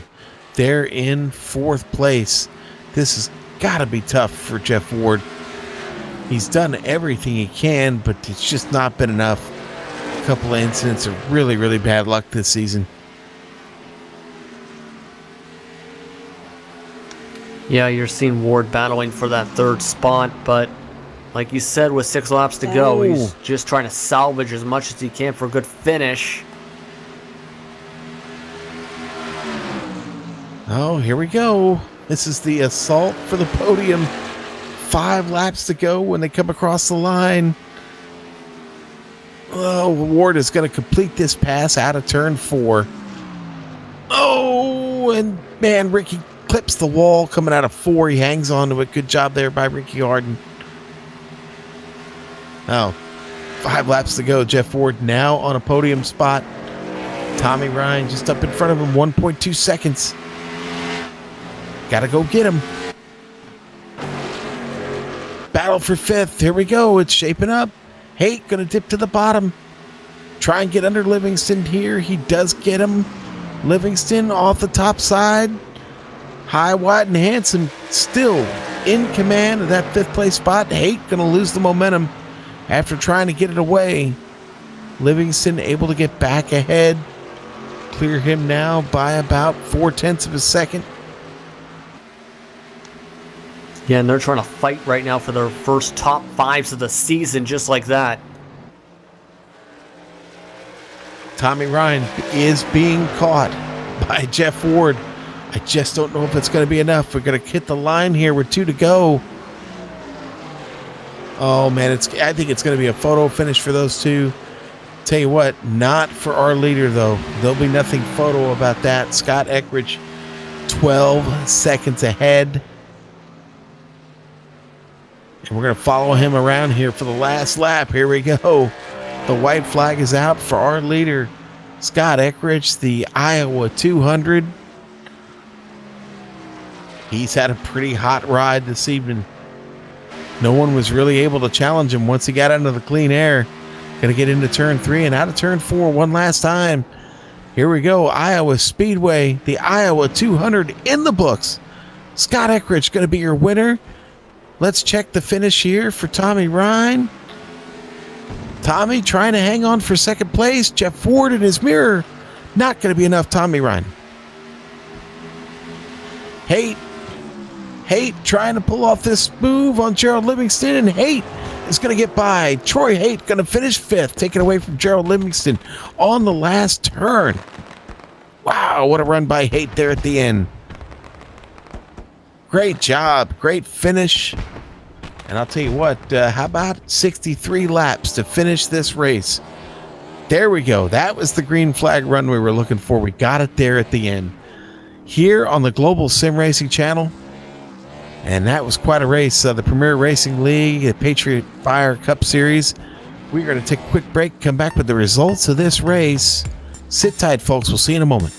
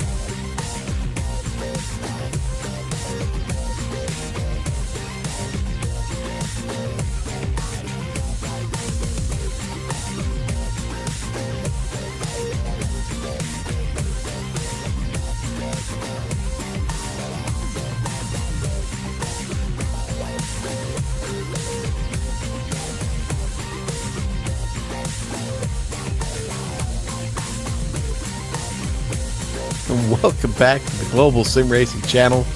Boy, you just saw 200 laps here at Iowa Speedway. I think we're done at Iowa for the week now after this one tonight, but what a race here in the Patriot Fire Cup Series. It sees Scott Eckrich win this race. Jeff Ward does not win a race this evening. No, there's no Jeff Ward. He is on the podium, but he did not win. Scott Eckrich, your big winner. Tommy Ryan falls just a little short of my prediction there of winning this race with a second place run. Going to be a big points night for Tommy Ryan. Jeff Ward finishes third. Ricky Harden, great effort there by Harden. Fourth. Troy Haight, fifth. Gerald Livingston loses it right there at the end out of 4. He's going to finish 6th. Devin Cannon going to be the first car a lap down, 7th. Matt Murphy, 8th. John Wilco, 9th. Woody Mahan, man, I'll tell you, Woody had such a great run going tonight. I might get my Dory Award, but Woody going to finish 10th, Justin.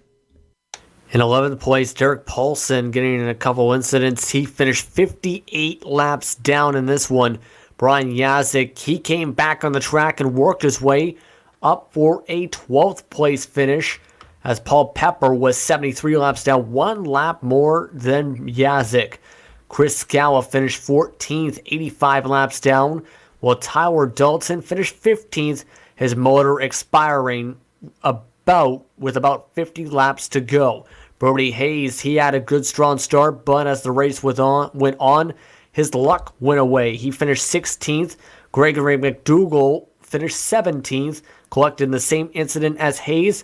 Justin Rodden had a bunch of battles with his car, finished 18th.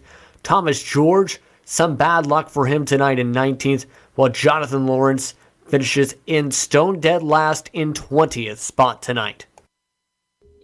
Well, I'll tell you what, that was some race. 200 laps was quite a grind. Scott, well, you penalized yourself there at the beginning, start all the way from the back of the pack after a great qualifying effort. First, tell us why you did that, and second, tell us how challenging was that to come all the way back to the field and win this one tonight? Yeah, I mean, I like to just kind of start some of these towards the rear. Some people, think you're just doing that to make it more difficult or anything. It's not really what it's about. I find a better race pace when I have to be a little more patient at the start of a run. So for me, starting towards the back actually kind of helps me on the rear, the long run, as long as I, obviously don't get caught up in the wrecks, which were big tonight. Boy, they sure were, and you avoided several of them. I mean, it was tough. The first 2/3 of this race were really, really tough. What was that like with all that sheet metal flying around you out there? I mean, going into a, I guess kind of short track, they kind of races like one here. You kind of knew that attrition was going to be, what you're going to have to play with tonight. So, knowing that, you try to put yourself in the safest spot, but really, for the most part, it just kind of boils down to being in the right place at the right time or the wrong place, and you just got to try to be smart with every decision and make sure you can move forward without, ended up on the hauler. Yeah. And, it's been, well, I mean, you've not run a bunch of these races this season, so you're obviously not racing for points here, tonight, but bragging rights and a win always help, don't they? Oh, of course. We're out here to win, every race that we take part in. We're not, like you said, not going for points, so we're here to win it. That's what we want to do. And man, that was your 6th one here of the season, and I got to tell you, that's pretty big competition. In fact, with your 6th win, I think the only one that has more is Jeff Ward. So yeah, congratulations, man. You'll be number 2 in wins. Let's see. Do you plan to be back with us and ride it out for the rest of the season? I think we're just gonna play it by ear. Just run what's fun for now. If the chase, if the points battle would tighten up or anything like that, I might bow out. Just let those guys have their day. But yeah, if we got some fun tracks coming up, should look to see me out there. Well, it's all about the fun, and you had fun tonight. Congratulations. Would you like to thank anybody before we let you go? Oh yeah, sure. All the guys at Loud Pedal. A couple guys had some bad nights tonight, and they kept their heads up and we got a good result out of it here for the team, and of course you guys for making this broadcast for us to watch every week. Really enjoy what you guys do.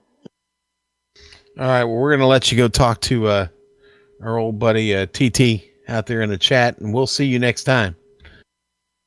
Thank you. All right, and that's Scott Eckert, your big winner tonight. Another winner, I'll tell you what, Tommy Ryan with a big run this evening finds himself on the podium. Justin, you've caught up with him.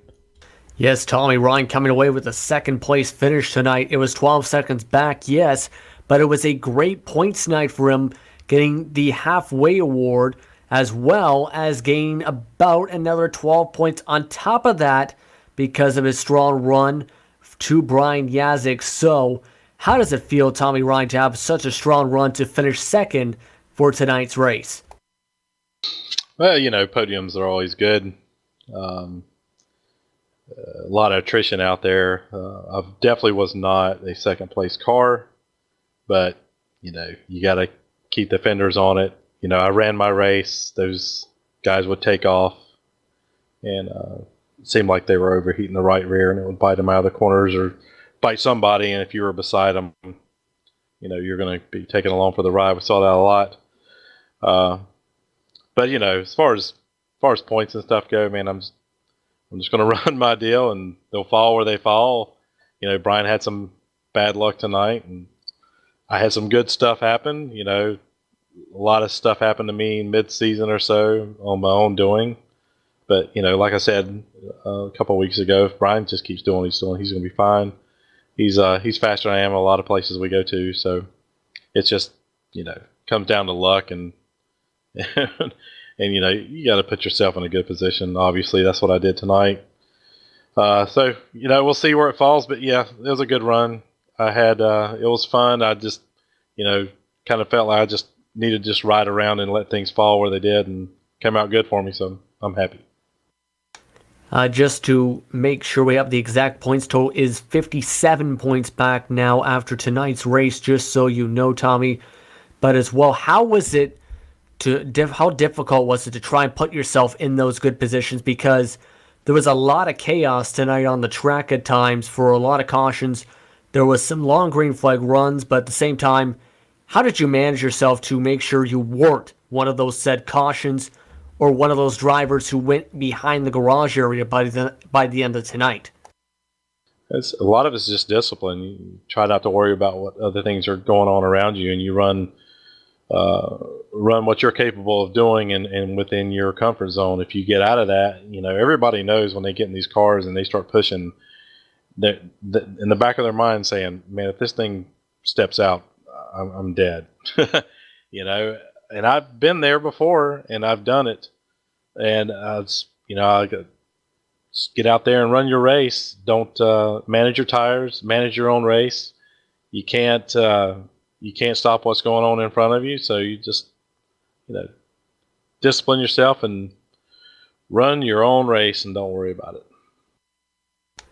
That is a good way to put it there as well. But now, of course, one thing I do want to ask as well was, essentially, how was it? What was your thought process when you saw Jeff Ward starting to close in on you in those closing laps, as Ward had got loose in the middle of that green flag run, fell back to 9th, and was on your back bumper just about a half second back of the finish line? What were your thoughts trying to make sure you held on to that second place spot? Yeah, I saw Jeff coming, and all I could do is keep doing what I was doing. Don't freak out. Just hit your marks. And that's what I did. I put my head down. I was totally focused, and tried not to make any mistakes exiting or entering corners.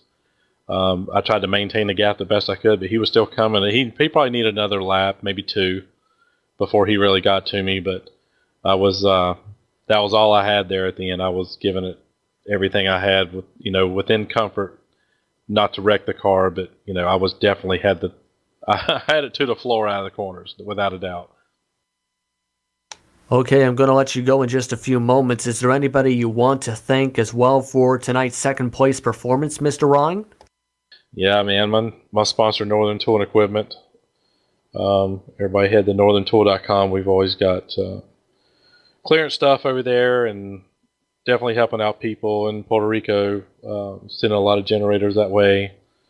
My teammates, Unacceptable Racing, and thanks for DJ Beverly. He's the one that put up this money to have the broadcast, Patriot Fire, coastal safety auditors.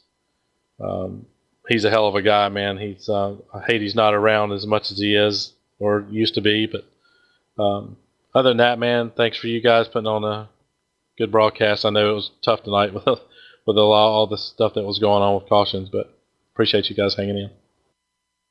Thank you very much for the time, Thomas. Tommy Ryan finishing second place tonight here in the Iowa 200. And now we have one more person to speak to. The guy who finished on third on the podium. Sean Ambrose is catching up with him right now. I'm not used to talking to Jeff here in the third position, but Jeff, you had to put in a little bit of work there late to get third position. Talk about having a fight to get that there at the end. Man, I don't even know what to say about that. That was a disaster. To be able to get third after all that crap that happened. I mean, we got a speeding penalty, spun out. There's a couple times I should have spun out. I don't know how I saved it, but the thing was just I couldn't drive it off exit half the night there. I think a lot of guys were having trouble with that. Besides Scott, looked like he was pretty much digging there at the end. But yeah, early in the race there, if a couple of those runs would have stayed green when we was out front, I think we probably could have made something happen. But we was just probably a top 3 or 4 car all night, and really when we was leading, I was having to fight guys off just to stay up there. So didn't have the speed I would have liked to have tonight, and it was a handful. But to be able to battle back to third, that's pretty cool. Yeah, pretty cool indeed. I got to be honest, Jeff. Was that the toughest race of the season?